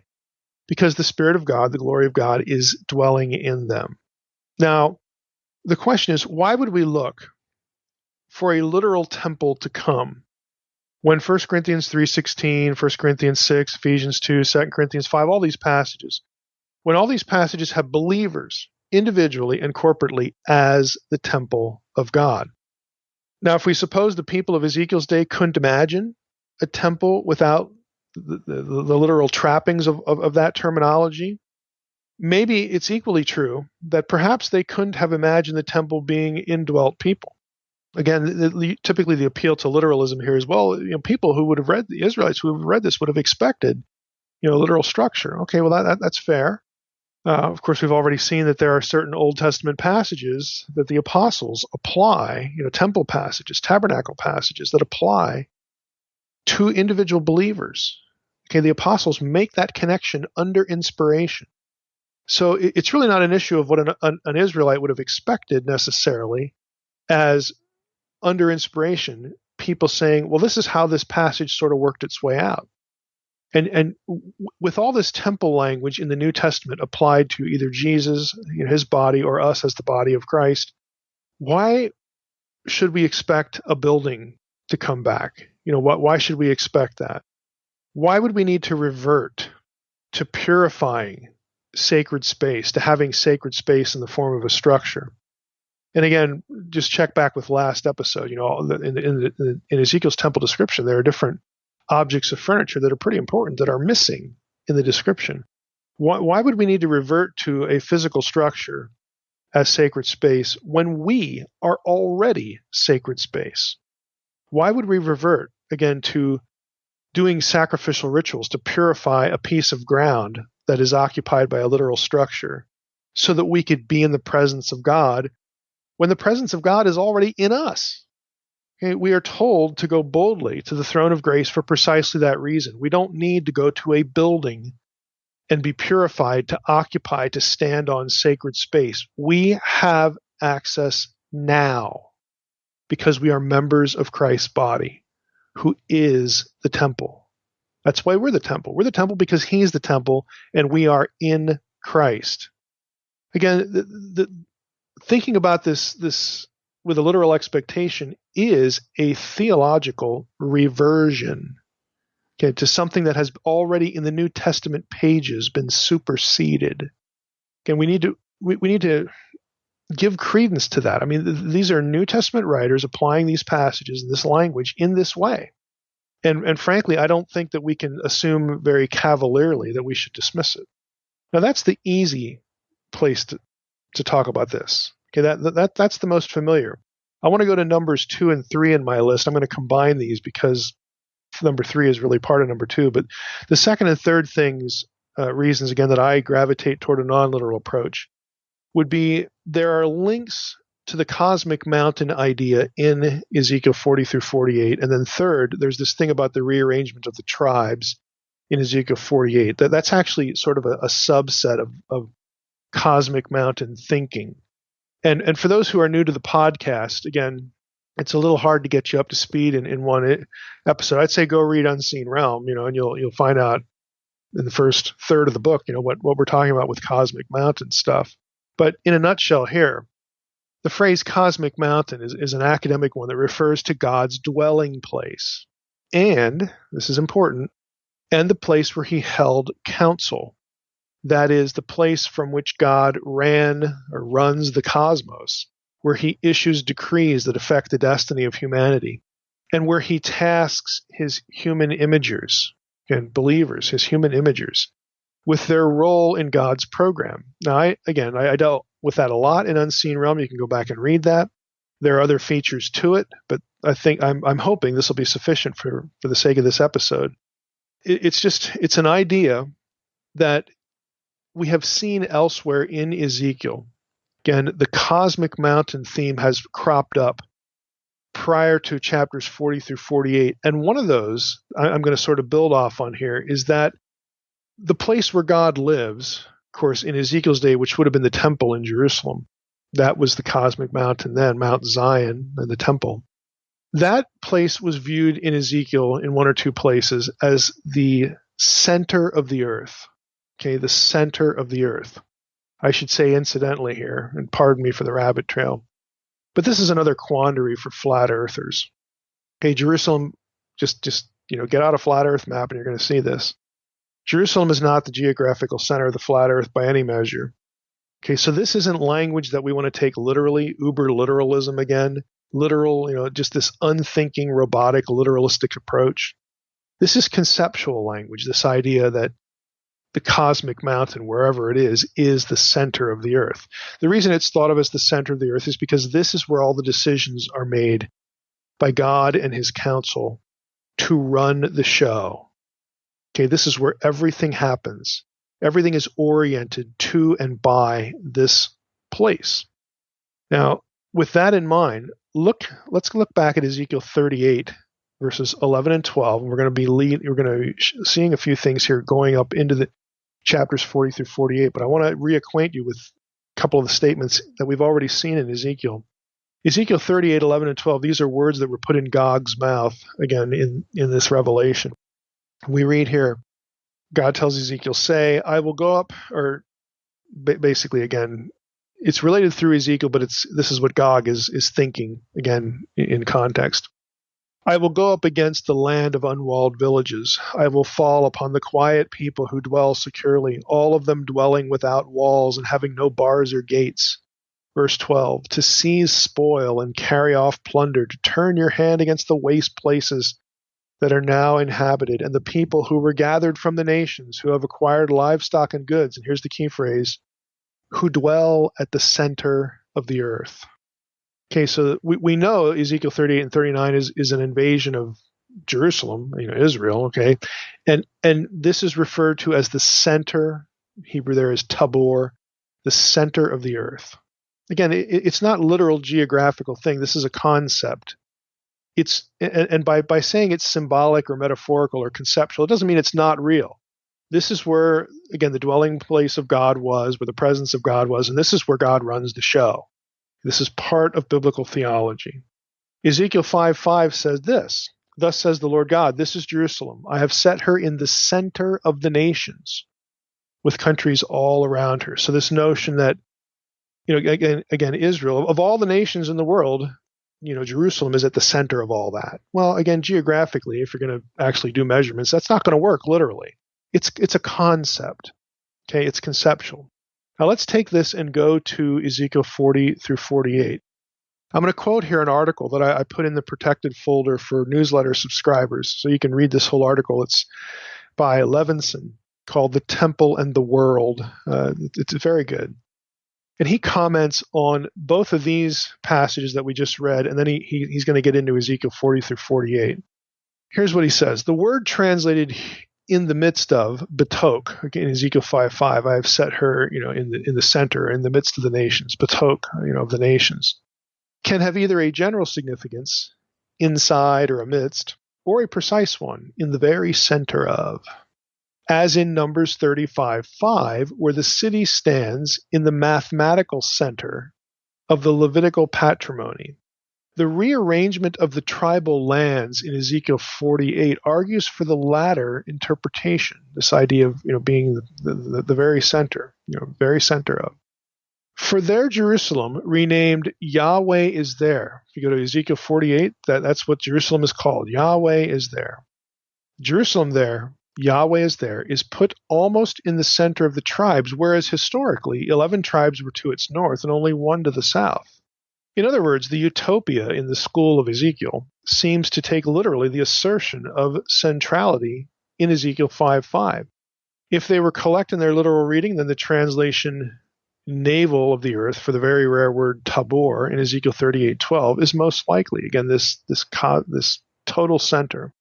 In Josephus, we find the cosmic conception of the temple in an enhanced statement, not simply that the shrine is the center, but that it is a microcosm. Josephus tells us regarding the Mosaic tabernacle, quote, "Every one of these objects is intended to recall and represent the universe, as the reader will find if he will, but consent to examine them without prejudice and with understanding." End of quote. End of Josephus and end of Levinson. What Levinson's saying here is that the rearrangement of the tribes at the end of Ezekiel 48 suggests that the writer is thinking of Jerusalem as the cosmic center of everything, the cosmic center of the world, the cosmic mountain. Because this is what the cosmic mountain was in biblical theology. It is the place that is at the center of the universe, of all existence, of everything. And again, you can't literalize this and have it make any sense. Again, and I'm not just talking to the flat earthers here. I'm talking to those who would want to literalize these chapters. You can't literalize this. And since you can't literalize it, that suggests to the reader that we've got something conceptual going on, that we should read Ezekiel 40 through 48 conceptually, again, metaphorically, symbolically. There's something going on here other than just rigid literalism. Now, take that and let's keep thinking about these chapters. There's language in Ezekiel 40 through 48 that apparently casts the temple in cosmic mountain terms in other ways. If we go to Ezekiel 43, verses 13 through 17, it's a reference to the altar that is in this envisioned temple. Now, the ESV, I'll just go to Ezekiel 43:13 again. This is really obscured in English translations. The Hebrew matters here. We have a reference here to, let's take verse 14. We have a reference to the altar being from the base on the ground. Okay, a description of the altar, the base on the ground. The Hebrew there is mechek haaretz. It literally is the bosom of the earth. Now, in Levinson's quote, he talked about how tabor could be translated, the navel of the earth. Again, these were ideas of total centrality. Okay, total centrality. The altar is referred to as the bosom of the earth in this passage. Now, recall, you say, well, where's he getting this idea? Recall, one of the items in Solomon's temple that wasn't in the tabernacle. that possibly indicates that the earlier temple, Solomon's, temple, not just the one being envisioned by Ezekiel now after Solomon's temple was destroyed, but Solomon's temple itself. There are things in that description that show us that the temple was conceived of as the cosmic mountain, the very center of everything, center of the universe idea. The copper sea, or the molten sea, or the bronze sea, English translations do, render it differently. The Yam Mutzach, okay? That is part of the temple description of the Temple of Solomon. Okay, it was this big bronze, thing that held lots of water. It was said to have stood in the courtyard of Solomon's temple. It's described in 1 Kings 7:23 through 26, and in the parallel account in 2 Chronicles 4, verses 2 through 5. Now I want to quote from Carol Myers here in the Anchor Bible Dictionary. She says this: just as spectacular as its size, was its ornamentation. She's talking about this copper sea, the bronze sea, the molten sea, its ornamentation. Under its rim was a series of cast decorations, 2 rows of gourds. Okay, again, it's Edenic imagery. It's garden imagery. 2 rows of gourds. The rim itself was made of lily work. Most amazing of all was the way it was supported on 4 sets of bronze oxen, with 3 oxen in each set. Each set of oxen faced a direction of the compass, with their hinder parts facing inward and supporting the basin. Unquote. Now, this orientation, the oxen, the orientation, they're each group of 3 is pointing to a different cardinal point on the compass. Okay. This orientation led W.F. Albright to suppose, sort of a la Ezekiel 1 with the cherubim faces. Again, I've commented many times, including this podcast, about how each of the faces was a cardinal point of the zodiac, and that's why they're looking where they're looking. Albright took this description of the molten sea and its oxen as also referring to the cardinal points of the zodiac. Again, 3 groups, different cardinal directions of the compass here, signifying in his mind, again, this is what he argued in some of his work, he believed that this arrangement signified the temple was the center of the universe to the Israelite, that's why it was designed this way. And the garden imagery linked it to Eden, which was the first cosmic mountain in biblical theology. Now, 2 Chronicles 4:5 notes that the molten sea had 3,000 baths of water. That's a lot of water, okay? Myers notes this. He says, the cultic purpose of this elaborate item among the courtyard appurtenances of the temple is not specified. In other words, if you go to 2 Chronicles 4:5, it never tells you what they're supposed to do with the water. She continues, its use as a laver, in other words, for ritual washing, is dubious. Why? Since 10 bronze lavers, as large and spectacular in design, are also part of the courtyard furnishings. In other words, that's where people were supposed, the priests were supposed to wash. The molten sea, this huge cast metal thing with the oxen, the 3 groups of 4 pointing in the cardinal directions, it's never said that they're supposed to wash in that. Whereas in the lavers, that's where they do their washing. So, why even have it?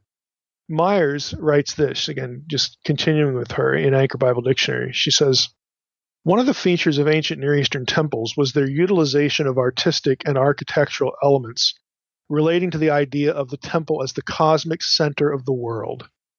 The great deep, or cosmic waters, remember we're talking about the molten sea, 3,000 baths of water here. The great deep, or cosmic waters, is one aspect of the array of cosmic attributes of such a holy spot. The Temple of Marduk at Babylon, for example, had an artificial sea, Ta'amtu, in its precincts, and some Babylonian temples had an Apsu, a sea, a large basin, to commemorate, again, this idea. Such features symbolize the idea of the ordering of the universe by the conquest of chaos. Now, let me just break in there. Remember in Genesis 1, the chaos, has to be brought into submission, has to be brought into order, has to be subdued. Genesis 1:2, that the waters were calm, the Spirit of God hovering over the waters. It's this idea of God has to bring the chaotic stuff into order and make this world fit for human habitation. It's this battle against chaos forces to bring them under control so that humans can live in this place. Okay, the temple, she's saying, symbolized that victory, symbolized that same idea that the waters of chaos were now under control, and this was the center of the world. And back to Myers here, she says, such features symbolize the idea of the ordering of the universe by the conquest of chaos, or they represent the presence of the waters of life at the holy center. Ancient Israel shared in this notion of watery chaos being subdued by Yahweh and the temple being built on the cosmic waters. Remember what the first temple was? Okay, the first temple was Eden. Okay, Eden is built on the earth that emerges out of the waters in Genesis 1. Okay, it's the same idea. Back to Myers, the great molten sea near the temple's entrance would have signified Yahweh's power and presence. End of quote. In other words, his control over everything. This is the cosmic center. Now, Levinson, again, picks up on sort of the same idea as Myers, back to his article. And in verse 15 in Ezekiel 43, there's a fascinating term. Again, this gets obscured as well in English. So we have the reference to the base on the ground, again, the bosom of the earth of this altar. And then in verse 15, we have, and this I'm reading the ESV, and the altar hearth, was 4 cubits. Okay, altar hearth, this is going to be mind-blowing, I think, for some. In Hebrew, it's the term ha-har-el, literally the mountain of El, the mountain of God. Ha-har-el. And Levinson notes here, the term, just take the definite article off, the term har-el, mountain of God, in the same passage, again here in Ezekiel 43, is to be connected with Akkadian aralu, a term for the netherworld, about which the Chicago Assyrian Dictionary remarks that it was a cosmic locality opposite of heaven. In other words, this is the counterpart, this location where the ha-har-el is situated. The altar hearth, the altar that's the bosom of the earth in Ezekiel 43, is the earthly counterpart to heaven, okay, to the cosmic dwelling of God, all right? It's back to Levinson here, the cosmic locality opposite of heaven. Now, Levinson throws in this comment, we should note, though, as does Albright, that the ancient Israelites may have understood this term as mountain of God. In other words, not as this netherworld, this oppositional point. But then he says that's a concept no less cosmic anyway, unquote. So, yeah, I agree. I mean, this is how the altar of this temple is referred to: the bosom of the earth and the ha-har-el. Again, these terms are loaded with theological cosmic significance. Levinson goes on in his article to quote from another article by Moshe Weinfeld, and I think that article was in Modern Hebrew. I don't have this article, but getting the citation, I think this is the case. But Weinfeld examined the creation story of Genesis 2. I'm just going to summarize it to the description. He compares the creation story of Genesis 2 to the description of the building of the tabernacle in Exodus 39 and 40. You say, well, why would he even think of doing that? Well, here's how Levinson summarizes Weinfeld's study. And for those of you who have read John Walton's book, The Lost World of Genesis 1, where Walton argues, and I think he argues it well, in my view, that the creation account is really about Yahweh's construction of the heavens and earth as a cosmic temple building project. Okay, this is going to sound really familiar. Walton is building on something Weinfeld, was tracking on. So Levinson summarizes, what's going on here this way. I'm quoting Levinson now. Weinfeld's thesis is that the priesthood in Israel actualized by means of the Sabbath the completion of the acts of creation, in the same way that the peoples of the ancient Near East actualized in their cultic dramas the primordial event. Whereas in the Babylonian creation epic, the Enuma Elish, the construction of the temple of Marduk, called Esagila, crowns and consummates creation, the Sabbath does the same in Israel. Thus, we should not be surprised to find that the text describing the creation of the world and those describing the construction of a shrine are parallel. I'll just break in here. Weinfeld has a bunch of parallels in his article, and so does Levinson, between the two accounts, both in vocabulary and phrases. Again, if you get Levinson's account or his article, if you're a newsletter subscriber, you'll see a little table in the article about these parallels. But anyway, he's saying we shouldn't be surprised there's parallels between Genesis 2 and the building of the tabernacle. Back to Levinson. He says, the temple and the world stand in an intimate and intrinsic connection. The two projects cannot ultimately be distinguished or disengaged. Each recounts how God brought about an environment in which he can find rest. According to Exodus 20:11, he rested on the seventh day. Psalm 132:8 calls on him to rise from his rest, menucha, identified as the Ark of the Covenant in verse 6, and the tabernacle in verse 7. The Sabbath and the sanctuary represent the same moment in the divine life, one of exaltation and regal repose, a moment free of anxiety. 1 Kings 6:38b tells us that it took Solomon 7 years to build his temple. A coincidental number, right? 7 years to build his temple. According to 1 Kings 8, he dedicated it during the Feast of Booths, which occurs in the 7th month, and which in Deuteronomic tradition is a festival of 7 days. Moreover, the speech in which Solomon dedicates his shrine, just completed, is structured around 7 petitions, 1 Kings 8:31 through 55. Levinson asks, can the significance of the number 7 be coincidence, going back to the creation week? And of course, that's a rhetorical question. His answer is no, it's not coincidence. It's not coincidence. Again, just to summarize this particular point, there are connections between the way the altar and the temple are talked about in Ezekiel 40 through 48 that have distinct, important links to the cosmic mountain motif, the cosmic mountain concept of the rest of the Hebrew Bible. And again, I would ask with Levinson, is that coincidence? No, I don't think so. But if you're reading these chapters with only a literal structure in mind, and you're not tracking on the wider metaphor of the cosmic mountain and the symbology of these elements, you are going to miss all of that. You're going to miss all of it. And when it comes to the New Testament, think about what we've where we've been to this point in the episode. Let's apply New Testament temple talk to what we just read about, the molten sea and the bosom of the earth, and the Ha-Har El and all this Akkadian stuff. The idea that the temple, was focused on the center of the earth, the cosmic center, and there's a parallel between the creation story and the building of the tabernacle so that Yahweh rests at the end, 7-year periods, all this. Let's take all of that and now marry it to New Testament temple talk, where we began our episode.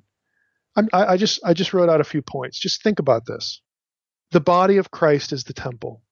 We are his body, in whom dwells the glory Spirit of God. Our rest is in Christ, period. He is our Sabbath rest. Second point, we are therefore the current cosmic mountain, the already cosmic mountain, the place on earth where God dwells and through which he runs his program, which of course is the restoration of Eden.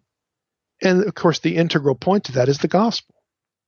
Third, the future, the not, we're worthy already, but the not yet, the future cosmic mountain is the New Jerusalem, in which there is no temple. Revelation 21, verse 22 says that explicitly. There's no temple. Why is there no temple? Because it's been replaced by the Lord Almighty and the Lamb returned to earth. Well, the Lamb of God, Jesus, who is the temple, back in John and other passages. Fourth, this New Jerusalem is also the new Zion, the cosmic mountain made Edenic, and is the center of the global Eden. Fifth, if Old Testament temple talk points to the temple being the cosmic center, what the New Testament describes, doing so in far more than literal terms, points to precisely the same idea. We are already the cosmic mountain. We are the temple. We are the central thing. Okay, the body of Christ is the central thing through which God works out his decrees, his plan for humanity, and that is to restore Eden. We are the agents of that program. So we are the already cosmic center, awaiting the not yet cosmic center, the return of Jesus, who is the temple, and the ushering in, again, of the new Jerusalem in a global Eden. All of these ideas should be familiar to this audience. They all dovetail here. I'm hoping you're seeing how things just sort of come full circle. And there are parts of Ezekiel 40 through 48 that draw on the same set of ideas. Okay, temple language is not just about pass me the brick and mortar. There's so much more to it than a physical construction of a physical structure.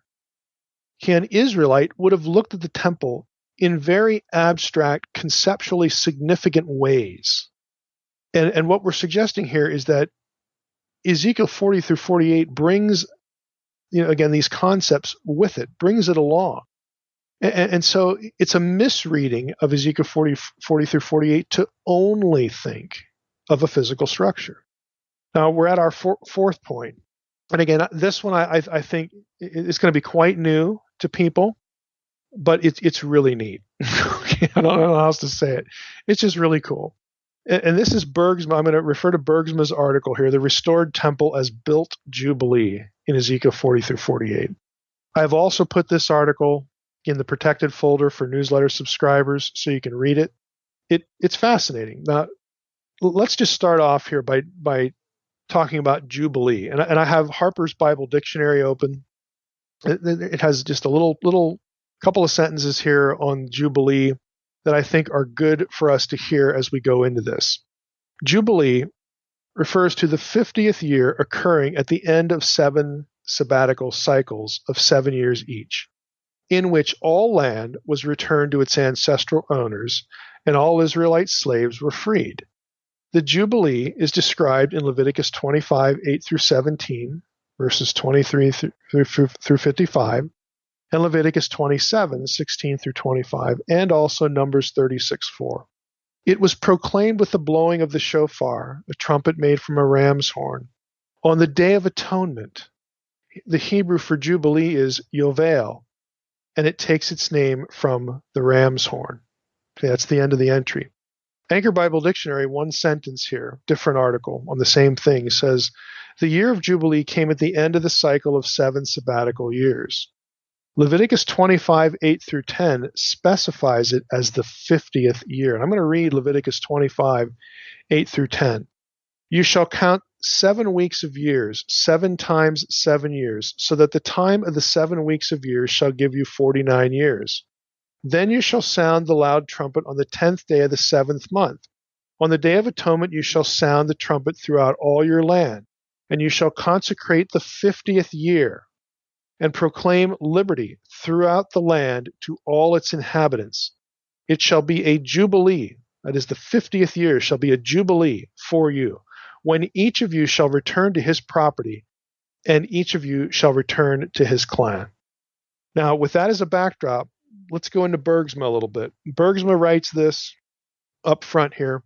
He says, the purpose of this paper is to pick up and develop a suggestion originally made by Walter Zimmerli, one of the greatest modern commentators on Ezekiel, that the dimensions of the restored temple envisioned by the prophet in Ezekiel 40 through 48 were focused around the number 50, and that the number 50 symbolized the Israelite institution of the Jubilee, the year of liberation, which was to be celebrated every 50 years. My intention in what follows is to develop the argument that Ezekiel builds his temple on Jubilee dimensions, and to explore the theological implications of such a proposal for the understanding of Ezekiel's vision of restoration in chapters 40 through 48, end of quote. So that's what Bergsma's trying to do in the article, and it's fascinating. He starts off with the very first verse of Ezekiel 40 through 48. That's Ezekiel 40, verse 1. So let's just go to Ezekiel 40, verse 1. And this, of course, is going to be the date.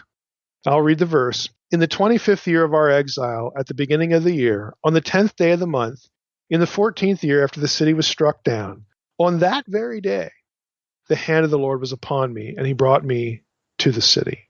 Okay, that's the first verse. Now, in part one, I read something to set up the temple as Jubilee idea. I actually, in part one, I actually gave you the wrong source. I thought it was Bergsma, but it's actually Greenberg, an article by a guy named Greenberg on page 190. And we've corrected the transcript. I'm going to read it again about Ezekiel 40, verse 1. And Greenberg said this. Mention of the destruction of the city, in this verse, Jerusalem, in the opening date formula, presages the antithesis between the following vision and the awful event it was meant to remedy. Was the date significant? We know of no event in the year 25 of the exile, which calculates to 571 BC, with which to connect this vision. But 25 years is half a jubilee, and the year of release is mentioned in Ezekiel 46:17. And the number and its double, 50, and multiples thereof, multiples of 50, such as 100, 500, 5,000, 10,000, 25,000, recur ahead in the measurements of the temple and the land. Unquote. Now that's an understatement. Recur ahead. I'm actually going to give you the stats on how many times these multiples occur. But before we get there, again, we're getting a little ahead of ourselves here. Given the fact that no significant event in biblical history is associated with the city that corresponds to the date given in Ezekiel 40, verse 1, Bergsma says this. The phrase, the 25th year of our exile, begs to be interpreted symbolically, but 25 is neither a common nor symbolic number in the Hebrew Bible. The best, and perhaps only suggestion for its significance has been as half of a Jubilee cycle of 50 years. Now that's page 76. I'll skip a little bit. He continues, if this indeed is the symbolic significance of Ezekiel's chronological marker, it accords well with the interpretation of the return from exile as a Jubilee event, also found, for example, in Isaiah 61, verses 1 through 4. That's the passage that Jesus quotes in the synagogue in Nazareth. Back to Bergsma, the identification of 25 years as half a Jubilee is strengthened by the phrase, now catch this, quote, at the beginning of the year on the 10th day of the month, unquote. Bergsma says, the only other passage in the Hebrew Bible which indicates that the year began on the 10th day of the month is Leviticus 25, 9 and 10, in which the Jubilee year, and I would argue, Bergsma says, the cultic agricultural year in general, began in the 7th month, which was Tishri, on the 10th day of the month, the Day of Atonement. Let me read that again.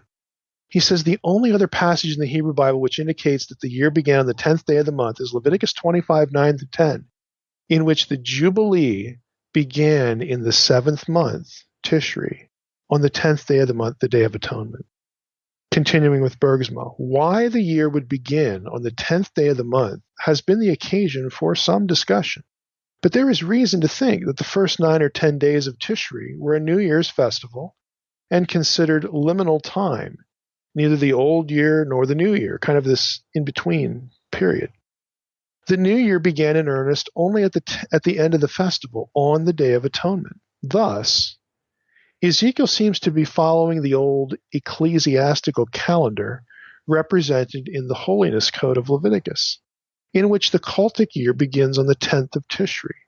And here's his sentence, the sentence I want you to catch. He says, only the association with the Jubilee year text, Leviticus 25, 8 through 10, makes meaningful sense of both the figure of 25 years and the beginning of the year on the 10th day of the month, here in Ezekiel 40, verse 1. This is the only thing it can correspond to. He adds in a footnote that the 10th day of the month was also the start of the watch of the Passover lamb. That's Exodus 12, verse 3. His source for the New Year's festival thing, liminal time, is Jonathan Safran, Jubilee and the Day of Atonement. And it's in a book I don't have, the Proceedings of the 12th World Congress of Jewish Studies, published in 1999. If you ever find that, buy it, because it's really hard to find. I don't have access to it. But I just have to stop here and tie this already. We're just barely into this, to Jesus, whose body is the temple and the king of the final cosmic mountain. Do you see the implications of what Bergsma has just noted? He's arguing that the date in Ezekiel 40, verse 1, deliberately takes the reader's or the hearer's ear back to the beginning of the Jubilee cycle, specifically the 7th month, Tishri. These are the only two passages in the Hebrew Bible to use the phrase at the beginning of the year and the 10th day of the month, which was Tishri 10. In terms of the relationship of the Jubilee year and the Day of Atonement, a New Year celebration would precede the Day of Atonement, and the Jubilee year began actually on Tishri 1. Let me rephrase that a little bit. The reference to the 10th day of the month is Tishri 10. But if it's correct that Tishri 1, and we know that this is correct because of the ecclesiastical calendar in the Hebrew Bible, the year actually began on Tishri 1, then they would have this celebration. And then after Tishri 10, we'd have the Day of Atonement, and that was like the ecclesiastical beginning of the year, because the Day of Atonement was the reset for everybody. You hit the reset button. Everybody's in right relationship to Yahweh. So Tishri 1 actually begins the calendar year, but then Tishri 10, at the end of Tishri 10 is when you have the Day of Atonement, and then you get the Jubilee year beginning then. Look at all those things that are together. Day of Atonement, New Year's, Tishri 1. Where have we seen Tishri 1 before? Okay, on this podcast, it's the birth date of Jesus. Okay, September 11th, 3 BC, Tishri 1. Tishri 1 was the ceremonial date as well for the inauguration of a new king. The birth of Jesus, of course, signaled an end to the exile and the coming atonement. Why else would he come? Jesus was the Passover lamb. Remember the note here that Bergsma had, that all of this in the 10th day of the 7th month, on this calendar, again, associated with the Jubilee, that was also when they began to start looking for the Passover lamb. And of course, Jesus is the new temple. We're the new temple because we're united to him, having become members of his body. Could it be that the temple description, by virtue of this date in Ezekiel 40, verse 1, and the cosmic mountain imagery found elsewhere in the chapters, could it be that Ezekiel 40 through 48 foreshadows all of that? It foreshadows, by virtue of its association with Tishri and the Jubilee, it foreshadows the coming of a new king on Tishri 1, who would bring atonement, who was the Passover lamb. You say, Mike, that's just kind of bizarre. That's just reading a lot into Ezekiel 40 through 48. Is it? Because all of these ideas would have been floating around in the head of an Israelite. All of them. The only thing that's missing is the actual person who would play the role of the Passover lamb, who would play the role of the new king, who would be the temple, the place where the presence of God dwelled. That's the only thing that's missing. The idea of a person, a man who was actually God incarnate, in whom the fullness of the Godhead, the glory of the temple dwelled. That is the only missing element to all of this. That's the thing that they lacked. It's the thing that the Israelite readers of Ezekiel 40 through 48 lacked. They have everything else. They have the association with Jubilee. They have the association with Tishri 1 and Tishri 10, and the Day of Atonement and the Passover lamb. They have every blasted piece of it if you read Ezekiel 40 through 48 abstractly like this. The only thing missing is the person who brings all of the threads together. And I'm telling you, the Tishri 1 birth date of Jesus of Nazareth would have been a big deal. Anybody who knew that, who did the math, who fit that together, who knew about the narrative, with the Magi. We don't know how many people knew this. I mean, John again gives us this information in Revelation 12, again, reading that as astral prophecy.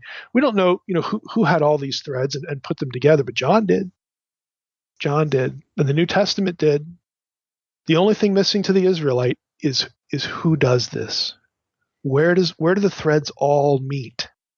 That was the mystery. And again, where I'm going with this. I mean, it was deliberate. Okay, you're not supposed to know this until after the fact. Because had the rulers of this world known, what was going on, they would never have killed him.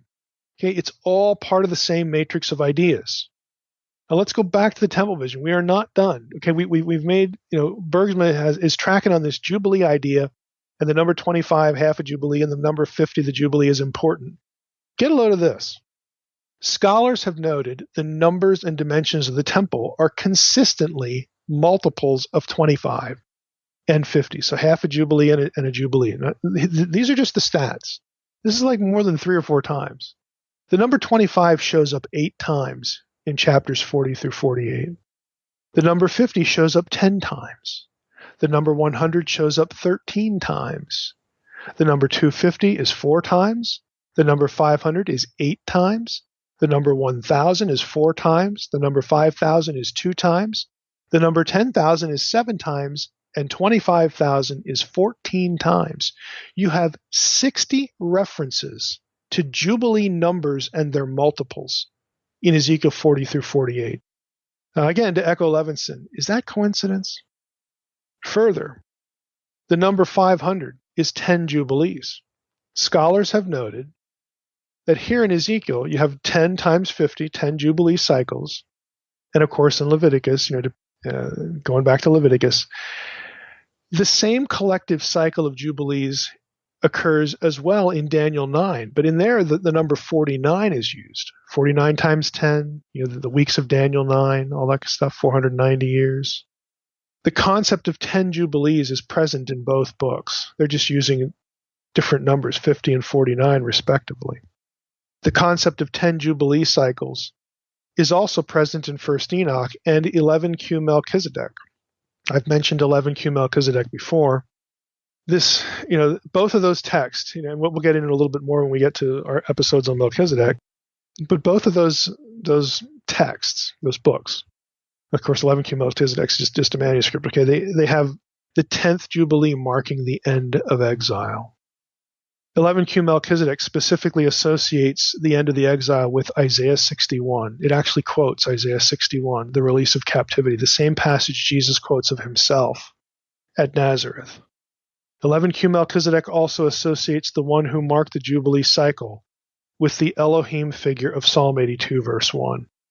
There's something going on here in the Jewish mind about these Jubilee cycles. And if we're taking the New Testament at face value, it all converges in a person. And that person is Jesus of Nazareth, who is the temple, according to the Gospel of John. And, some of the other passages we read too. Now, Bergsma, just one more quote from him, and then we're going to wrap up. Bergsma adds this: even the total area of the holy city does not depart from being a multiple of 50. At first, this is not obvious, since the dimensions of the city walls are given as being 4,500 cubits on a side, Ezekiel 48:16. The number 4,500 is indeed a multiple of 50, but not a very attractive one. The more obvious candidate would be 5,000, Jubilee of 50 times 100.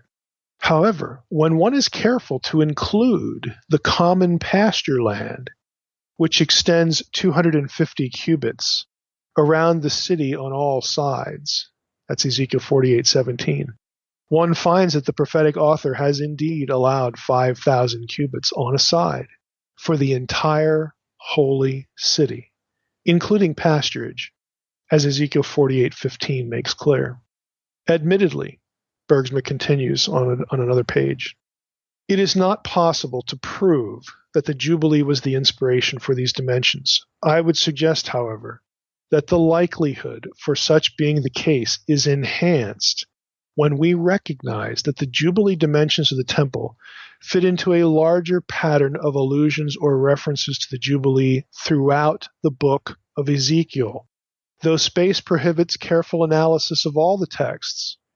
Ezekiel 7:12 through 13, Ezekiel 11, 14, and 15, Ezekiel 18, 8, 13, and 17, Ezekiel 22, 12, and Ezekiel 34, 4 all contain language that seems to be taken from the Jubilee legislation of Leviticus 25, providing some corroborative evidence that the prophetic author is very familiar with this text.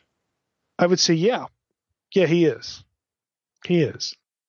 And again, 60 references to Jubilee numbers and their multiples. 60 in these 8 chapters. Is that coincidental?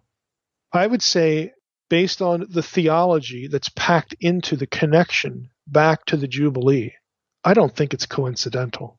I think this is foreshadowing.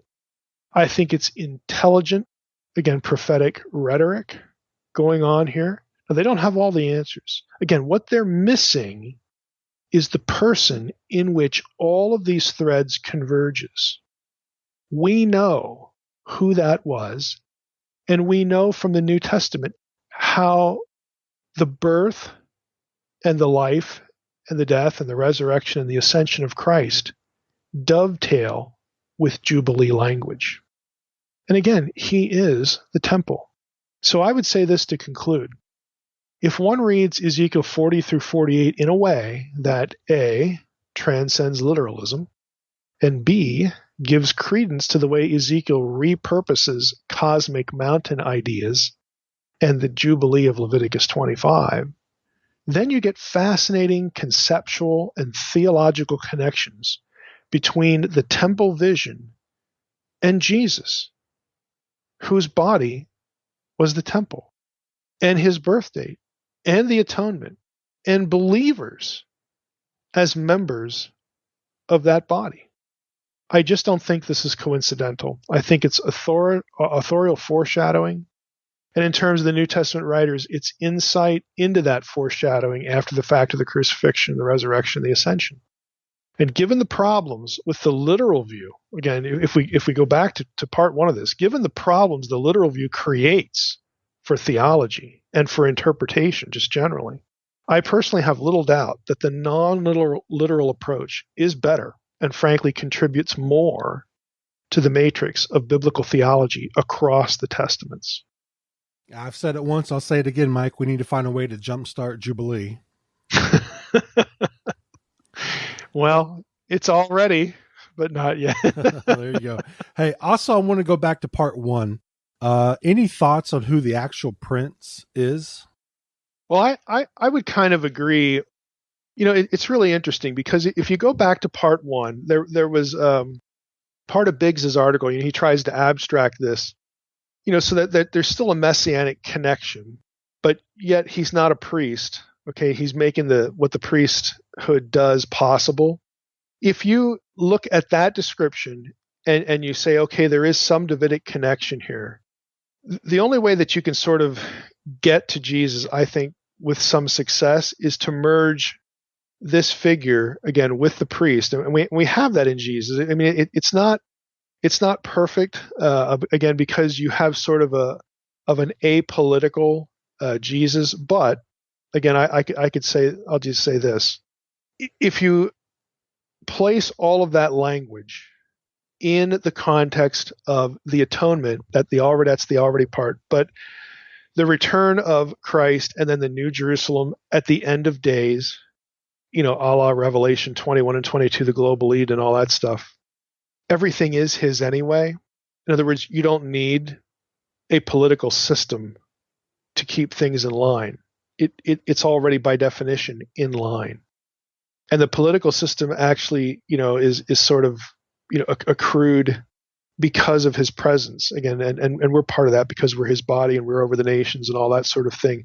I think you can take all of this information and merge them into Christ through different routes. I would never say that you can get that, or an Israelite could get that without you know, knowledge of who the Messiah was, and you know, the whole talk about you know, the nations and all that stuff. You have to bring a number of threads together to get there. But I think you could, again, very abstractly. So the reason I mention that is the Jewish expectation I think this is part of why they expected sort of two figures, not just one. I mean, there are places where Jewish expectation is two messiahs or a messianic figure from a different tribe, other than David, Joseph and stuff like this. I think they were trying to see how a descendant of David who wasn't a priest but had some relationship to a priesthood, how this could all fit. And so they were postulating more than one figure, whereas, again, by virtue of the New Testament and its use of things like the Melchizedek priesthood and Psalm 110 and the whole idea of the atonement and, again, recovering the nations, if you're reading these things through that lens, you can get there, again, by virtue of abstracting the concepts. So, is it Jesus? Is it not Jesus? I think a better argument is to be made that, yeah, this is still Jesus, but you can't get there with a literal reading of Ezekiel 40 through 48. You can get there with a conceptual, symbolic, abstract reading of that passage and then bringing other passages in to explain the language of those 8 chapters. So that's the way I would approach it. It's not a simple yes or no answer. To me it's a yes with very specific qualifications. But I can say this with confidence: you cannot get to Jesus with a literal reading for the Prince. You just can't do it. There are too many disconnects. All right, Mike. Well, just like that, we're done. How does it feel?